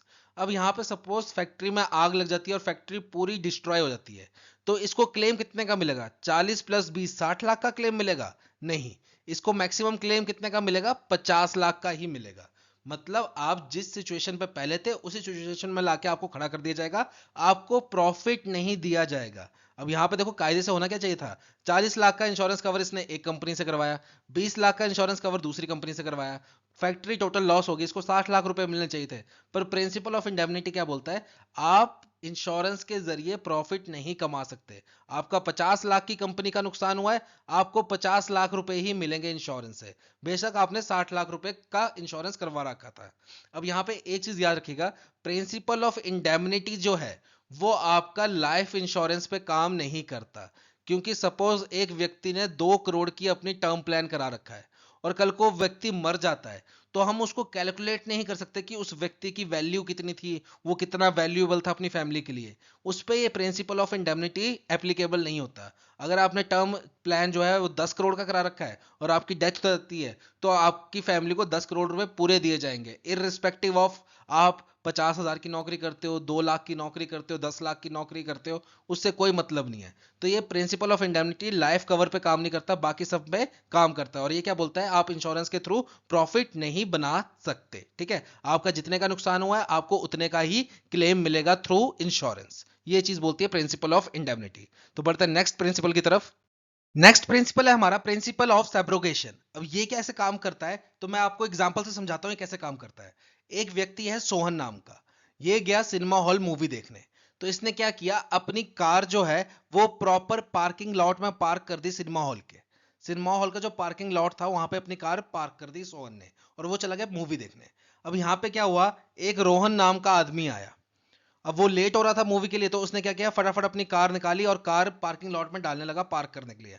और गलती से उसने क्या किया, अपनी कार जो है वो सोहन की कार में मार दी, सोहन की कार ठोक दी। तो यहाँ पे गलती किसकी है, रोहन की, क्योंकि सोहन ने प्रॉपर अपनी कार जो है पार्किंग लॉट में पार्क की थी। रोहन जल्दबाजी में आया, उसने उसकी कार को ठोक दिया। अब यहाँ पे देखो, रोहन की कार का भी नुकसान हुआ और सोहन की कार का भी नुकसान हुआ। तो यहाँ पे इंश्योरेंस कंपनी क्या करेगी, जो सोहन की कार है, ठीक है, जो सोहन ने अपनी कार की इंश्योरेंस करवा रखी है जिस भी कंपनी से, तो वो इंश्योरेंस कंपनी क्या करेगी, सोहन की कार का जो भी नुकसान हुआ है उसका क्लेम उसको दे देगी। और फिर जब क्लेम दे देगी उसके बाद वो रोहन को सू कर सकती है, रोहन को केस डाल सकती है कि भाई आपकी वजह से हमारे क्लाइंट की कार ठुकी और हमें क्लेम देना पड़ा, तो इसके लायबल आप हो। तो यहाँ पे इंश्योरेंस कंपनी जो है, जो उसने क्लेम दिया है सोहन को, उसकी कार का क्लेम दिया है, वो रिकवर कर सकती है रोहन से। मतलब प्रिंसिपल ऑफ सब्रोगेशन क्या कहता है कि इंश्योरेंस कंपनी को पहले क्लेम तो देना ही पड़ेगा, क्लेम तो देना ही पड़ेगा, क्लेम से वो नहीं मुकर सकती, चाहे गलती जिस मर्जी की हो।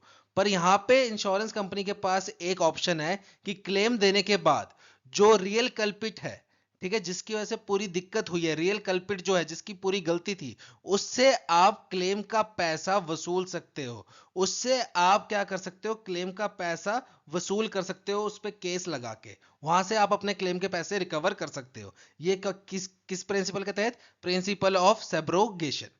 फिर नेक्स्ट प्रिंसिपल है हमारा प्रिंसिपल ऑफ कंट्रीब्यूशन। ये क्या बोलता है, जैसे सपोज हमने डबल इंश्योरेंस पढ़ा था, जिसमें हम दो कंपनी से इंश्योरेंस करवा रहे थे सेम प्रॉपर्टी की। अब कल को नुकसान हो गया तो कौन सी कंपनी कितना क्लेम देगी, वो कैसे कैलकुलेट किया जाएगा।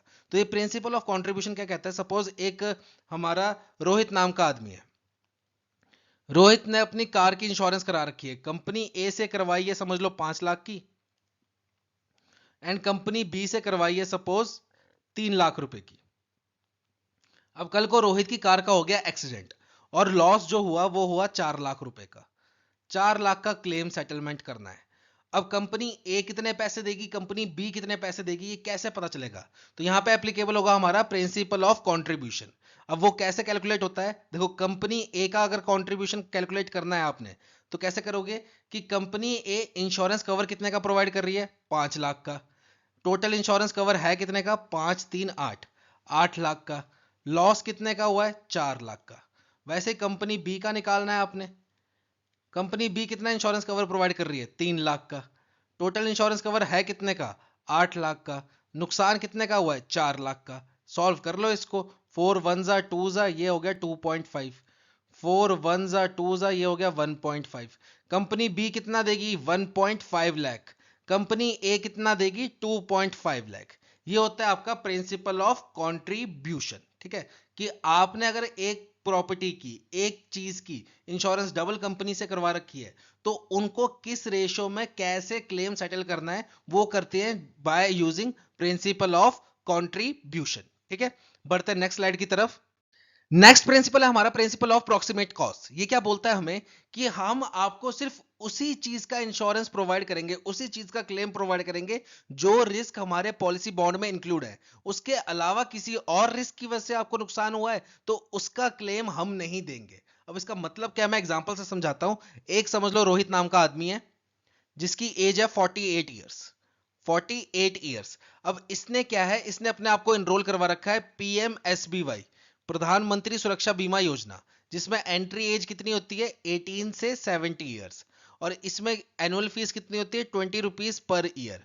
और इसमें क्या होता है, अगर आपकी एक्सीडेंटल डेथ हो जाए तो 2 लाख रुपीज मिलते हैं किसको, नॉमिनी को। अब रोहित ने पीएमएसबीवाई में एनरोल कर रखा था। अब क्या हुआ, शाम को रोहित घर आया, खाना खाया, दूध पिया, बढ़िया मैच देखा और सो गया। और इसको सोते सोते साइलेंट अटैक हुआ और ये मर गया और ये सुबह उठा नहीं। तो क्या जो रोहित की पॉलिसी थी उसमें जो नॉमिनी था उसको 2 लाख रुपए मिलेंगे, नहीं मिलेंगे। क्यों, क्योंकि पीएमएसबीवाई कब मिलता है, जब आपकी डेथ हो एक्सीडेंटली।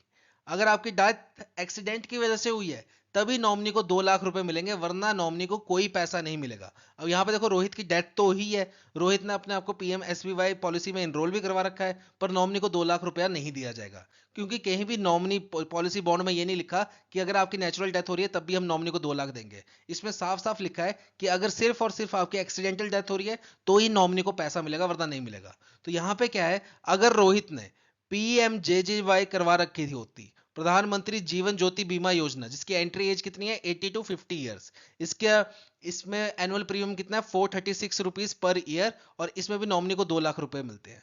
तो अगर रोहित ने अगर पीएमजेबीवाई में अपने आप को एनरोल करवा रखा होता और रात को सोता और सुबह उठता नहीं, डेथ हो जाती, तब नॉमिनी को 2 लाख रुपए मिल जाते, क्योंकि इसमें सारी डेथ्स कवर होती है। पीएमजेजेबीवाई में सारी डेथ्स कवर होती हैं, पर पीएमएसबीवाई में सिर्फ एक्सीडेंटल डेथ कवर होती है। अगर आपकी डेथ एक्सीडेंटली हुई है तभी आपको 2 लाख रुपए मिलेंगे, अगर आपकी नेचुरल डेथ हुई है तो आपको कोई पैसा नहीं दिया जाएगा।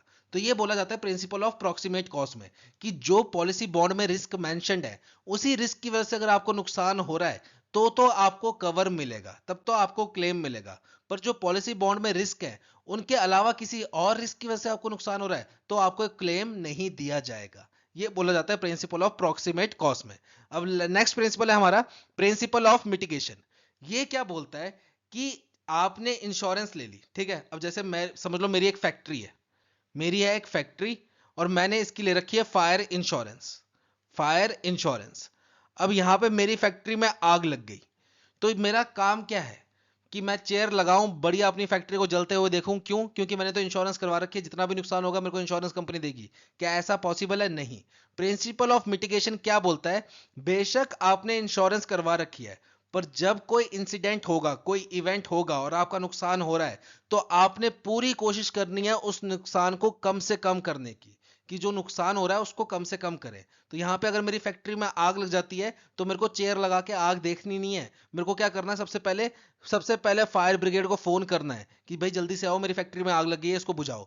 फिर अपने फायर एक्सटिंग्विशर से खुद कोशिश करनी है, लोग इकट्ठे करके रेत रेत वगैरह डालनी है उस पर, ठीक है, ताकि आग बुझे और मेरा नुकसान जो है कम से कम हो सके। ये नहीं कि मैंने इंश्योरेंस करवानी है तो आग लगने दो, कोई नहीं, इंश्योरेंस कंपनी मेरे को पूरा क्लेम देगी, नहीं। प्रिंसिपल ऑफ मिटिगेशन कहता है कि एज अ इंश्योर्ड पर्सन आपका भी दायित्व बनता है, आपकी भी लायबिलिटी है कि जो नुकसान हो रहा है उसको कम से कम किया जा सके, ठीक है। तो ये हमारा प्रिंसिपल ऑफ मिटिगेशन, और ये थे हमारे प्रिंसिपल जिस पे इंश्योरेंस सेक्टर काम करता है। अब बढ़ते हैं नेक्स्ट स्लाइड की तरफ। अब यहां से स्टार्ट होता है हमारा टाइप्स ऑफ रेशो। अब ये टाइप्स ऑफ रेशो आपके एग्जामिनेशन पॉइंट ऑफ व्यू से तो इंपॉर्टेंट है ही, पर एज अ कस्टमर भी आपके लिए काफी ज्यादा इंपॉर्टेंट है। अब देखो जैसे हम जनरली क्या करते हैं, बाइक इंश्योरेंस परचेज करते हैं, तो हम क्या करते हैं, वेबसाइट खोलेंगे और वहां पे कंपैरिजन करेंगे सभी इंश्योरेंस का। किसके बेसिस पे? सिर्फ और सिर्फ प्राइस के बेसिस पे, कि मेरे को कितना प्रीमियम देना पड़ेगा इंश्योरेंस पॉलिसी खरीदने के लिए, और जो सबसे सस्ती होती है उसको हम परचेज कर लेते हैं। हम कोई भी रेशो नहीं देखते, बल्कि असलियत में हमें प्रीमियम नहीं देखना चाहिए, रेशोज देखनी चाहिए वाइल परचेजिंग एनी पॉलिसी। अब ये कौन कौन सी रेशियोज होती हैं उनको समझते हैं। तो सबसे पहले बात करते हैं हम क्लेम सेटलमेंट रेशो की, जिसको हम क्या बोलते हैं, CSR। ये क्या बताती है कि एक कंपनी के पास टोटल कितने क्लेम्स आए, उसमें से उतने कितने क्लेम्स को सेटल कर दिया। अगर आपको एक कंपनी की क्लेम सेटलमेंट रेशो निकालनी है तो आप कैसे निकाल सकते हो, डिनोमिनेटर में आएगा आपका total number of claim received, total number of claims received. आपके पास कितने क्लेम्स की एप्लीकेशन आई है, 10 बंदों ने क्लेम के लिए एप्लीकेशन भेजी है, 100 बंदों ने भेजी है, 1000 बंदों ने भेजी है, 10,000 बंदों ने भेजी है, टोटल कितने बंदों ने क्लेम के लिए एप्लीकेशन भेजी है, वो आएगा आपका डिनोमिनेटर में। और न्यूमरेटर में क्या आएगा, नंबर ऑफ क्लेम सेटल्स, उनमें से आपने कितने क्लेम्स जो हैं वो सेटल कर दिए हैं, जिसकी पेमेंट आपने कस्टमर को दे दी है, वो आएगा आपका न्यूमरेटर में, इनटू 100। ये आता है आपका CSR, क्लेम सेटलमेंट रेशो। तो एक कंपनी का जितना ज्यादा CSR होगा, जितना हाई CSR होगा, वो कंपनी क्या होगी, बहुत ज्यादा ट्रस्ट वर्दी होगी एंड काफी ज्यादा एफिशिएंट होगी क्लेम सेटल करने में। और वहीं अगर कंपनी का CSR जो है वो लो होगा, अगर किसी कंपनी का CSR लो होगा, तो वो कंपनी क्या करती है, क्लेम्स को डिले कर देती है या तो फिर क्लेम्स को रिजेक्ट कर देती है। तो हमें कौन सी पॉलिसी खरीदनी चाहिए, जिस कंपनी का CSR वैल्यू जो है वो हाई हो, 90% से ऊपर हो, वैसी कंपनीज की पॉलिसी परचेज करनी चाहिए, कि कल को अगर हम क्लेम भेजे तो हमारा क्लेम रिजेक्ट ना हो, हमारा क्लेम क्या हो, पास हो जाए, ठीक है। तो ये है हमारा क्लेम सेटलमेंट रेशो। नेक्स्ट है हमारा इनकर्ड क्लेम रेशो। अब ये इनकर्ड क्लेम रेशो क्या बताता है, तो देखो ये डील करता है हमारा वैल्यूज में। अब यहाँ पे हमने क्या किया, CSR की बात करें तो यहाँ पे हमने सिर्फ नंबर काउंट किए कि कितने क्लेम सेटल हुए, 5 क्लेम सेटल हुए, 10 क्लेम सेटल हुए, 80 क्लेम सेटल हुए। पर यहाँ पे हमने कहीं भी अमाउंट का जिक्र नहीं किया, कितने अमाउंट के सेटल हुए वो जिक्र नहीं किया। उसका जिक्र कहाँ होता है, आपका इनकर्ड क्लेम्ड रेशो में। यहाँ पे अगर इसकी वैल्यू निकालनी हो तो ये कैसे निकलती है आपकी इनकर्ड क्लेम्ड रेशो की वैल्यू, डिनोमिनेटर में आता है आपका टोटल प्रीमियम कलेक्टेड, कि एक कंपनी ने पूरे साल में कितना प्रीमियम कलेक्ट किया है पॉलिसीज बेच के, और न्यूमरेटर में आता है उसने कितने अमाउंट का क्लेम सेटल किया है, कितने अमाउंट का क्लेम सेटल किया है। मतलब एक कंपनी ने समझ लो 10 करोड़ रुपए का प्रीमियम कलेक्ट किया, और उसने अगर 1 करोड़ रुपए का क्या कर दिया, क्लेम सेटल कर दिया, और इंटू 100 कर लो आप, तो ये क्या हुआ, उसने 10% उसका क्या आया, आईसीआर। आईसीआर रेशो कितनी आई, 10% की। यहां पे देखो क्लेम सेटलमेंट रेशो में क्या था कि कितने हमारे पास एप्लीकेशन आई क्लेम की, उसमें से हमने कितनी एप्लीकेशन सेटल कर दी। इनकड़ क्लेम रेशो में क्या है, वैल्यू की बात हो रही है कि हमने टोटल प्रीमियम कितना कलेक्ट किया पॉलिसीज बेच के एक साल में, और हमने उस प्रीमियम के बदले में कितने अमाउंट का क्लेम सेटल किया है लोगों का। तो वो क्या होता है हमारा आईसीआर। ठीक है, बढ़ते हैं नेक्स्ट रेशो की तरफ। नेक्स्ट बात करते हैं हम यहाँ पे कंबाइंड रेशो की। तो कंबाइंड रेशो क्या होता है आपका, जो हमने आईसीआर पढ़ा, incurred claimed ratio plus expenses, इसमें एक्सपेंसेस और जुड़ जाते हैं।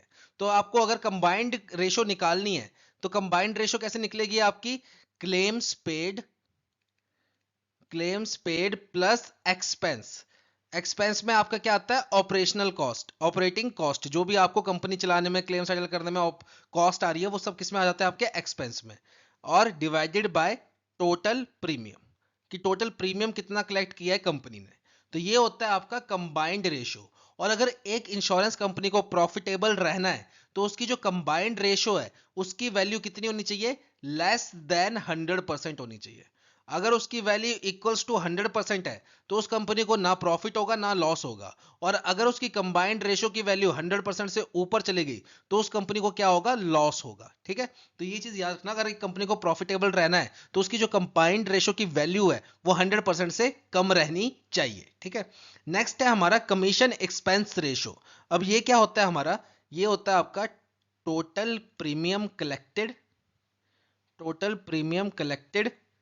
और यहां पे आएगा आपका total commission distributed, total commission distributed. अब यहां पे क्या होता है, जो इंश्योरेंस कंपनी होती हैं वो अपना टारगेट एरिया, टारगेट ऑडियंस को बढ़ाने के लिए, ठीक है, अपने अपने कस्टमर्स को बढ़ाने के लिए क्या करती हैं, एजेंट्स हायर करती हैं, या फिर किसी ब्रोकर हो गया, ब्रोकर जैसे आपके ये policybazaar.com हो गया, ये सब क्या होता है, ब्रोकर की तरह काम करते हैं। इनको क्या करती है, कमीशन देती है, कि अगर आप हमारी पॉलिसी बेचोगे तो हम आपको कुछ कमीशन देंगे। तो ये होता है आपका कमीशन एक्सपेंस रेशो। और कैसे निकलता है, total commission distributed divided by total premium collected into 100। तो ये जो कमीशन एक्सपेंस रेशो है ये क्या होनी चाहिए, कंपनी की लो होनी चाहिए। अगर एक कंपनी की कमीशन एक्सपेंस रेशो जो है वो लो है, इसका मतलब कंपनी अपने आप में काफी ज्यादा सक्षम है, कंपनी की पॉलिसीज अपने आप में काफी ज्यादा अच्छी हैं कि वो खुद पे खुद बिक जा रही हैं, उसको कोई एजेंट की, कोई ब्रोकर की जरूरत नहीं पड़ रही। और अगर बहुत ज्यादा हायर रेशो है, बहुत ज्यादा हायर रेशो है कमीशन एक्सपेंस की, तो इसका मतलब क्या है, कंपनी काफी ज्यादा एक्सपेंडिचर कर रही है, काफी ज्यादा खर्चा कर रही है एजेंट्स के ऊपर, ब्रोकर्स के ऊपर, कि भाई आप बेचो हमारी पॉलिसी, हम कमीशन देंगे। आपको पहले 1% दे रहे थे तब नहीं बिकी, अब 2% देंगे, अब बेचो, अब भी नहीं बिकी तो फिर 3% कमीशन देंगे। तो मतलब वो काफी ज्यादा खर्चा कर रही है कमीशन के ऊपर, मतलब उसका खुद का सामान बिक नहीं रहा है और वो एजेंट्स एंड ब्रोकर्स के थ्रू अपना सामान बिकवाना चाह रही है। ठीक है, नेक्स्ट बढ़ते हैं नेक्स्ट रेशो की तरफ। नेक्स्ट है हमारा परसिस्टेंसी रेशो। अब ये जो रेशो है ये क्या बताता है हमें, एक कंपनी की फाइनेंशियल स्ट्रेंथ के बारे में, उसकी सर्विस क्वालिटी के बारे में, उसकी क्रेडिबिलिटी के बारे में। अब वो कैसे, देखो जब भी आपको परसिस्टेंसी रेशो कैलकुलेट करना है तो आप कैसे करोगे कि एक कंपनी की टोटल कितनी पॉलिसीज हैं, टोटल नंबर ऑफ पॉलिसीज जो कि रिन्यूअल के लिए ड्यू है, टोटल नंबर ऑफ पॉलिसी जो कि रिन्यूअल के लिए ड्यू है, और ऊपर आ जाएगा आपका नंबर ऑफ पॉलिसीज जिन्होंने अपनी पॉलिसीज रिन्यू करवा ली, नंबर ऑफ पॉलिसीज रिन्यूड। मतलब देखो मैंने जैसे आज बाइक इंश्योरेंस ली, अगले साल मेरे को क्या करना पड़ेगा, अपनी बाइक इंश्योरेंस को रिन्यू करवाना पड़ेगा। तो यहां पे क्या होता है, डिनोमिनेटर में क्या होता है, एक साल में जितनी भी आपकी पॉलिसीज बिकी हैं उनको अगले साल दोबारा रिन्यू करवाना पड़ेगा, उनको दोबारा प्रीमियम पे करना पड़ेगा कस्टमर को। तो टोटल नंबर ऑफ पॉलिसीज जो कि रिन्यूअल, जिनका रिन्यूअल ड्यू है, वो आएगा डिनोमिनेटर में। और न्यूमरेटर में क्या आएगा, वो जितनी पॉलिसीज ड्यू थी उनमें से कितने लोगों ने अपनी पॉलिसीज के दोबारा प्रीमियम दिए और अपनी पॉलिसीज को रिन्यू कर दिया, वो आ गया आपका न्यूमरेटर में। और जितनी ज्यादा परसिस्टेंसी रेशो होगा, उसका मतलब उतने ज्यादा लोग अपनी पॉलिसीज को दोबारा रिन्यू करवा रहे हैं, दोबारा प्रीमियम दे रहे हैं और अपनी पॉलिसीज को रिन्यू करवा रहे हैं। तो यहाँ पे अगर किसी कंपनी की परसिस्टेंसी रेशो जो है वो हाई है, तो उससे क्या पता चलता है कि कस्टमर जो है उस कंपनी से काफी ज्यादा सेटिस्फाइड है, उस कंपनी पे काफी ज्यादा भरोसा है, उसके प्रोडक्ट से काफी ज्यादा खुश है। ये बताता है हमें परसिस्टेंसी रेशो। अगर अब ज्यादा से ज्यादा कस्टमर अपनी पॉलिसीज को रिन्यू करवा रहे हैं, तो इसका मतलब क्या है, कस्टमर पूरी तरह सेटिस्फाई है उस कंपनी के प्रोडक्ट से और काफी ज्यादा उसका ट्रस्ट है उस कंपनी पे और उस प्रोडक्ट से काफी ज्यादा रिलायबल है। ठीक है। अगर वहीं की कंपनी का परसिस्टेंसी रेशो जो है काफी लो है, इसका मतलब बहुत से लोग जो हैं वो उस कंपनी के पॉलिसीज को रिन्यू नहीं करवा रहे हैं। और उसके बहुत सारे कारण हो सकते हैं कि भाई उनको मिस सेल किया गया, पॉलिसी बेचते वक्त कुछ और बोला गया, बाद में पता चला इस पॉलिसीज में कुछ और था, बाकी उनको कोई अच्छी ऑफर मिल गई किसी और कंपनी से। तो इससे क्या पता चलता है, इस कंपनी की, जिस कंपनी की परसिस्टेंसी रेशो लो है, उससे क्या पता चलता है कि वो कंपनी ज्यादा रिलायबल नहीं है, उससे कस्टमर ज्यादा सेटिस्फाई नहीं है। ये पता चलता है परसिस्टेंसी रेशो से। फिर लास्ट रेशो है हमारी सॉल्वेंसी रेशो। अब ये सॉल्वेंसी रेशो क्या होता है, देखो, ये आपका बताता है कि अगर एक इंश्योरेंस कंपनी पे एकदम से काफी ज्यादा क्लेम्स आ जाए या काफी ज्यादा लायबिलिटीज आ जाए, तो वो क्या इतनी केपेबल है उन सारे क्लेम्स और लायबिलिटीज को पे ऑफ करने के लिए, उसके पास क्या इतनी एसेट्स हैं, इतना कैश है, इतना मनी है कि वो सारे क्लेम्स एंड लायबिलिटीज को पे कर दे। वो हमें कौन बताता है, सॉल्वेंसी रेशो। और इसको कैलकुलेट कैसे करते हैं, सॉल्वेंसी रेशो आपकी कैलकुलेट की जाती है RSM और ऊपर आ जाएगा आपका ASM। RSM होता है आपका रिक्वायर्ड सॉल्वेंसी मार्जिन और ASM होता है आपका अवेलेबल सॉल्वेंसी मार्जिन इनटू 100। और ये वैल्यू एटलीस्ट 150% होनी चाहिए। अब ये रिक्वायर्ड सॉल्वेंसी मार्जिन कौन बताता है, ये बताता है हमें इरिडाई। इरिडाई बताता है कि जैसे तीन कंपनियां ABC, तो ए की आरएसएम कितना होना चाहिए ये भी इरिडाई बताएगा, बी का आरएसएम कितना होना चाहिए ये भी इरिडाई बताएगा, सी का आरएसएम कितना होना चाहिए ये भी इरिडाई बताएगा। और ये इरिडाई हर कंपनी के लिए अलग अलग सेट करके रखता है। जैसे एक कंपनी होगी जो ज्यादा लाइफ इंश्योरेंस में डील करती है, तो उसके लिए आरएसएम कुछ और होगा, रिक्वायर्ड सॉल्वेंसी मार्जिन कुछ और होगा। फिर एक कंपनी है जो जनरल इंश्योरेंस में डील करती है, तो उसके लिए रिक्वायर्ड सॉल्वेंसी मार्जिन कुछ और होगा। तो ऐसे अलग अलग कंपनीज का अलग अलग रिक्वायर्ड सॉल्वेंसी मार्जिन होता है और ये कौन सेटअप करता है, इरिडाई करता है। और न्यूमरेटर में क्या आएगा कि जो इरिडाई ने बोला है कि भाई आपके पास इतना सॉल्वेंसी मार्जिन होना चाहिए, समझ लो 100 करोड़ का, 100 करोड़ का सॉल्वेंसी मार्जिन होना चाहिए, तो उस टाइम उस कंपनी के पास सॉल्वेंसी मार्जिन है कितना, वो आएगा आपका न्यूमरेटर में। सपोज एक कंपनी के पास उस टाइम सॉल्वेंसी मार्जिन है 120 करोड़ का, तो एसआर कितना आएगा आपका, एसआर आएगा 120%। पर चाहिए कितना हमें, 150%। तो इरिडाई क्या बोलता है, हर कंपनी का जो सॉल्वेंसी रेशियो है वो कितना होना चाहिए, एटलीस्ट 150%, ताकि कल को एकदम से कोई बहुत ज्यादा क्लेम्स आ जाए उस कंपनी के ऊपर या बहुत ज्यादा लायबिलिटी आ जाए, तो उसको वो इजिली पेड ऑफ कर सके कंपनी। ठीक है। तो ये थी आपकी रेशियोज। बढ़ते हैं नेक्स्ट टॉपिक की तरफ। अब यहाँ पे बात करते हैं हम टाइप्स ऑफ इंश्योरेंस की। तो इंश्योरेंस आपकी जनरली दो टाइप की होती है। एक होती है आपकी लाइफ इंश्योरेंस, और लाइफ इंश्योरेंस के अलावा जो भी इंश्योरेंस रहेगी वो सब किस में आती है, आपकी जनरल इंश्योरेंस में, या फिर उसको बोल लो आप नॉन लाइफ इंश्योरेंस में। लाइफ इंश्योरेंस में क्या होता है, जो आपकी लाइफ है उस पर आपको कवर मिलता है कि बाय चांस अगर आपकी डेथ हो गई तो जो नॉमिनी होगा उसको पैसे मिल जाएंगे। ठीक है। तो ये होता है आपका लाइफ इंश्योरेंस। अब यहाँ पे देखो, जो एज क्राइटेरिया होता है वो अलग अलग होता है, अलग अलग कंपनी का, अलग अलग प्रोडक्ट का। कोई कंपनी 60 साल की उम्र तक का लाइफ कवरेज देती है, कोई कंपनी 70 साल की देती है, कोई 75 देती है, कोई 80 ईयर्स का देती है। उनका प्रीमियम भी फिर अलग अलग कैलकुलेट होता है। ठीक है। तो मैं यहाँ पे एक जनरल एग्जांपल लेके चलता हूँ लाइफ इंश्योरेंस के लिए, कि आपको 60 ईयर्स की एज तक का कवर मिल रहा है, 60 ईयर्स की एज तक का कवर मिल रहा है। ठीक है। अब बात करते हैं हम यहाँ पे पहले टर्म इंश्योरेंस की।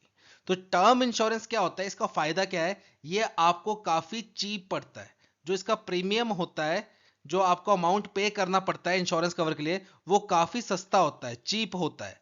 पर इसका ड्रॉबैक क्या है, इसका ड्रॉबैक ये है टर्म इंश्योरेंस का, कि जैसे समझ लो एक है हमारा रवि नाम का आदमी, जिसकी एज है 24 ईयर्स की, उसने लिया 2 करोड़ का प्लान, कि अगर बाय चांस मेरी डेथ हो जाती है तो मेरी फैमिली को 2 करोड़ रुपए मिल जाए, या जो मैंने नॉमिनी सेट किया है उसको 2 करोड़ मिल जाए।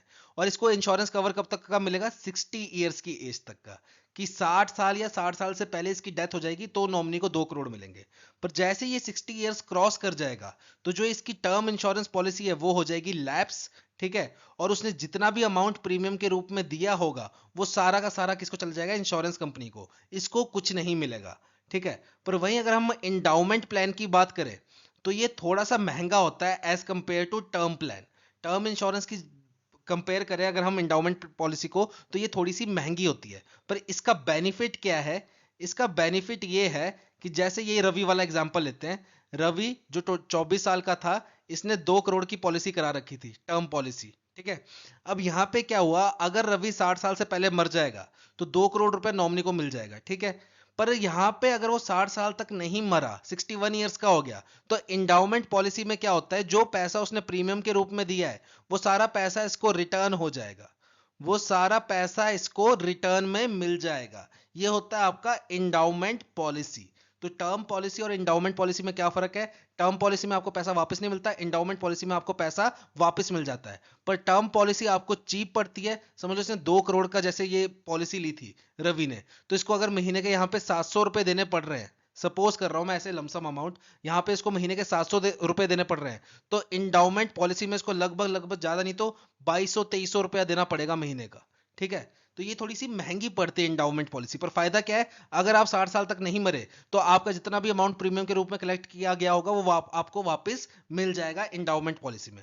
फिर आती है आपकी मनी बैक पॉलिसी। अब मनी बैक पॉलिसी में क्या होता है, देखो जो मनी बैक पॉलिसी होती है इसमें आपको कुछ कुछ अमाउंट बीच में मिलता रहता है, और जब मैच्योरिटी हो जाती है या फिर डेथ हो जाएगी तो पूरा अमाउंट मिल जाएगा। अब मनी बैक पॉलिसी का जैसे बेस्ट एग्जांपल बताऊं, आजकल आपने बहुत सारे प्लान सुने होंगे कि आप महीने का साल का 2 लाख रुपए दीजिए, साल का 2 लाख रुपए दीजिए, 7 साल तक आपने ये पैसे देने हैं। फिर ठीक है, 7 साल तक आपने पैसे देने हैं, आपने 14 लाख रुपया दे दिया, ठीक है, 7 साल तक। फिर क्या होगा, आपका 1 साल का डेफरमेंट पीरियड होगा जिसमें आपको कोई चीज नहीं मिलेगी, ठीक है। फिर 7 साल से लेकर 8वें साल तक आपको कुछ नहीं मिला। फिर 8वें साल के बाद अगले 15 साल तक आपको 1,40,000 रुपए मिलेंगे, 1,40,000 मिलेंगे अगले 15 साल तक। और जब 15 साल पूरे हो जाएंगे तो आपको ये 14 लाख रुपए भी वापस मिल जाएंगे, ठीक है। ऐसे प्लान्स भी आ रहे हैं। तो ये क्या है, मनी बैक प्लान, कि जब तक पॉलिसी पूरी नहीं हुई आपको कुछ अमाउंट बीच में मिलता जा रहा है। और बाय चांस यहाँ पे समझ लो, देखो जैसे 7 साल की पॉलिसी है, ठीक है। तो ये मैं एसबीआई का प्लान है इसलिए थोड़ा सा मेरे को पता है, थोड़ा सा बता रहा हूं मैं। अब ये 2 लाख का प्लान है ना, तो आपको इंश्योरेंस कवर मिलता है इसमें 11 टाइम्स 22 लाख रुपीज का कवर मिलता है। तो सपोज एक पर्सन ने इंश्योरेंस प्लान ले लिया, उसने अभी सिर्फ 2 ही किस्त दी, 2 लाख एक साल दिया, अगले साल 2 लाख दिया, और उसकी डेथ हो गई। तो नॉमिनी को क्या है, यहाँ पे 22 लाख रुपए मिलेंगे फिर भी, क्योंकि इसमें इंश्योरेंस कवर कितने का है, 22 लाख रुपए का है। और बाय चांस अगर इसकी डेथ नहीं होती है, इसने 7 साल किस्त दे दी, ठीक है, 15 साल पैसे भी ले लिए 1.4 लाख रुपीस, तो 15 साल बाद क्या होगा, इसने जितने अमाउंट 14 लाख रुपए 7 साल में दिया वो भी इसको सारा का सारा रिटर्न हो जाएगा। तो ये होता है आपका मनी बैक पॉलिसी। फिर आता है आपका यूलिप। यूलिप क्या होता है, आपका unit linked insurance plan, unit linked insurance plan. अब इसमें क्या होता है, इसमें जो भी आप प्रीमियम देते हो, जैसे समझ लो मैंने 1 लाख रुपया साल का प्रीमियम दिया, तो इसमें से 10,000 रुपए जो हैं वो मेरा इंश्योरेंस कवर, जो लाइफ इंश्योरेंस कवर होगा उसमें चले जाएंगे, और बाकी 90,000 रुपए जो हैं वो मेरा मार्केट में लगेंगे as an investment, as an investment मेरे मार्केट में लग जाएंगे वो 90,000 रुपए।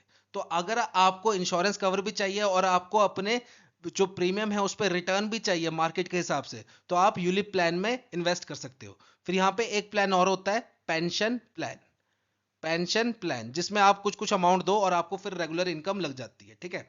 ये बात होगी हमारी लाइफ इंश्योरेंस प्रोडक्ट्स की। अब बात करते हैं हम जनरल इंश्योरेंस की। जैसे मैंने हेल्थ के लिए कोई इंश्योरेंस लिया कि भाई मैं बीमार होता रहता हूँ या मैं बार बार गिरता रहता हूँ, मेरा मैं स्पोर्ट्स खेलता हूँ काफी ज्यादा, तो मेरे को इंजरी होने के काफी ज्यादा चांसेस हैं, ठीक है। तो उसका इलाज काफी महंगा है, तो मैं क्या कर सकता हूँ, हेल्थ इंश्योरेंस परचेज कर सकता हूँ, जिसमें अगर कल को मेरे को कोई इंजरी होती है खेलते वक्त तो उसका क्लेम कौन देगा मेरे को, इंश्योरेंस कंपनी। तो ये होगी आपकी हेल्थ इंश्योरेंस। फिर जो मेरा घर है मेरे को वो काफी ज्यादा मतलब फायर प्रोन एरिया में है, मतलब आसपास काफी ज्यादा फैक्ट्रीज हैं, ठीक है, इंडस्ट्रियल एरिया है मेरे आसपास, और वहां पे आग लगती रहती है, तो मैं क्या करवा सकता हूँ, अपने घर की फायर इंश्योरेंस करवा सकता हूँ। फिर मोटर इंश्योरेंस हम सभी करवाते हैं, जैसे बाइक सभी के पास होगी, बाइक स्कूटी, उसकी जो आप इंश्योरेंस करवाते हो वो क्या होती है आपकी मोटर इंश्योरेंस।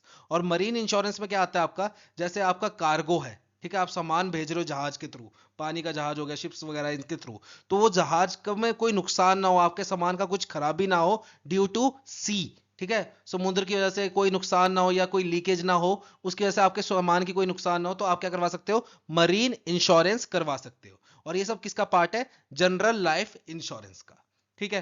तो ये था आपका देखो बेसिक इंश्योरेंस अवेयरनेस, ठीक है। अगर मैं बात करूं इंश्योरेंस अवेयरनेस की, तो यहां पे आपका लगभग लगभग 70% इंश्योरेंस अवेयरनेस कवर हो गया है। अब जो बचा है 30%, उसमें से आप 10% मानो वो क्या है आपका इंश्योरेंस ओम्बड्समैन, इंश्योरेंस ओम्बड्समैन। और बाकी जो 20% बचा है आपका, उसमें से 5% क्या है आपका हिस्ट्री ऑफ इंश्योरेंस। तो हिस्ट्री ऑफ इंश्योरेंस मैंने इसलिए नहीं पढ़ाया क्योंकि ये काफी बोरिंग सा होता है और इसमें कुछ समझने वाली बात नहीं है, एकदम रीडिंग है। तो इसका क्या करूंगा, मैं आपको एक पीडीएफ बना के टेलीग्राम में दे दूंगा, ठीक है, हिस्ट्री ऑफ इंश्योरेंस की। और बात बची रिमेनिंग 15% की, तो वो है आपका इंश्योरेंस एक्ट के ऊपर, ठीक है, जो हमारा इंश्योरेंस एक्ट है उसके ऊपर बचा है आपका 15%। तो जो ओम्बड्समैन है, insurance ombudsman and insurance act है, इसकी मैं अलग से वीडियो बना दूंगा और हिस्ट्री के आपको एक सिंपल सी पीडीएफ शेयर कर देंगे टेलीग्राम चैनल पे, ठीक है। बाकी आपका 70% इंश्योरेंस अवेयरनेस लगभग लगभग कंप्लीट है, ठीक है। तो मिलते हैं आपको नई वीडियो के साथ बहुत जल्द, till then have a nice day.